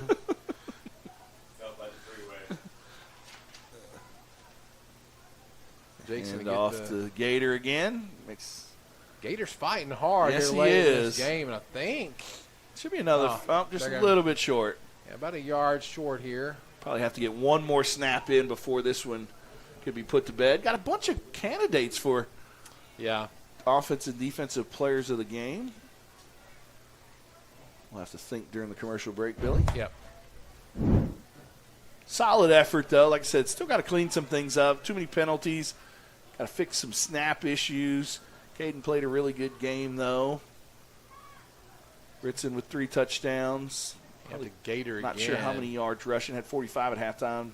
Had maybe close to 100. Probably a little bit short, though, this week, I would think. So Gators going to lose about a yard. That's how we're going to end this thing. Elgin Owls win 35-0 here on Thursday night over the Weatherford Eagles, moving the record to 7-0, 4-0 in district play. We'll have Ann Country Kitchen postgame show here in just a minute on the Oklahoma Sports Network. Bank First is uniquely Oklahoman, deeply rooted in over 50 communities statewide. From those roots, our investment in education springs forth, helping to raise the Oklahoma leaders of tomorrow while providing financial strength to the business leaders of today. That's the kind of loyalty that helps entire communities thrive. Bank First. Loyal to Oklahoma. Loyal to you. Looking for unbeatable deals on pre-owned vehicles? Check out our manager specials, like this 22 Silverado for only $31,988, or this 23 Silverado for just $37,988, only for this month. Power on with Merit. At Merit Auto Group, your trade is worth more. Bring it in for our manager's trade-in special, where we'll offer you more for your trade than any other dealer. Don't settle for less. Power on with Merit. Lawton Community Health Center's high-quality health care is convenient to wherever you are in the region. We're here for you, whether it's our main clinic on Southwest Lee Boulevard or any of our other locations in Lawton. LCHC has additional clinics in Marlow, Comanche, Cache, Medicine Park, Apache, Elgin, and Burns Flat, with more on the way. Enjoy peace of mind knowing quality care from experienced providers is always available. LCHC, your hometown healthcare. Sidelined by surgery, illness, injury? Valor Physical Therapy can help. At Valor PT, our skilled therapists create a rehabilitation program individualized for you, with education and encouragement each step of the way. Whether it's sports or the activities of life, let Valor get you back in the game. Start now at 405-609-3637. No referral needed. Mention this ad and get a free t-shirt at your first appointment.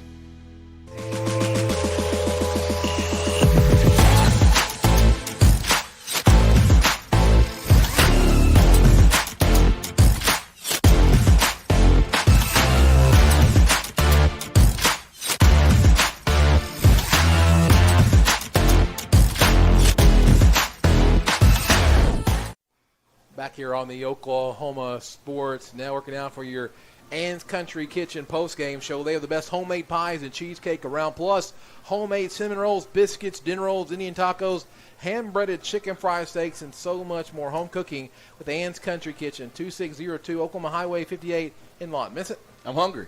I am too. There we go. So, yeah, great job overall. Like I said, 35-0, nothing to sneeze at against a 5-1 team. A lot of people thought that this would be the team that potentially would fight with us for the district title. Obviously, they have 2 district losses now, so they're a little bit behind the 8 ball as your Weatherford Eagles. But at the end of the day, the Owls took care of business. Like I said, a little bit of a sloppy second quarter, but came out in the second half and really kind of did some good things. Forced a 3-and-out on the first drive, went down and scored a touchdown on the first drive as well. Great job by the defense, obviously.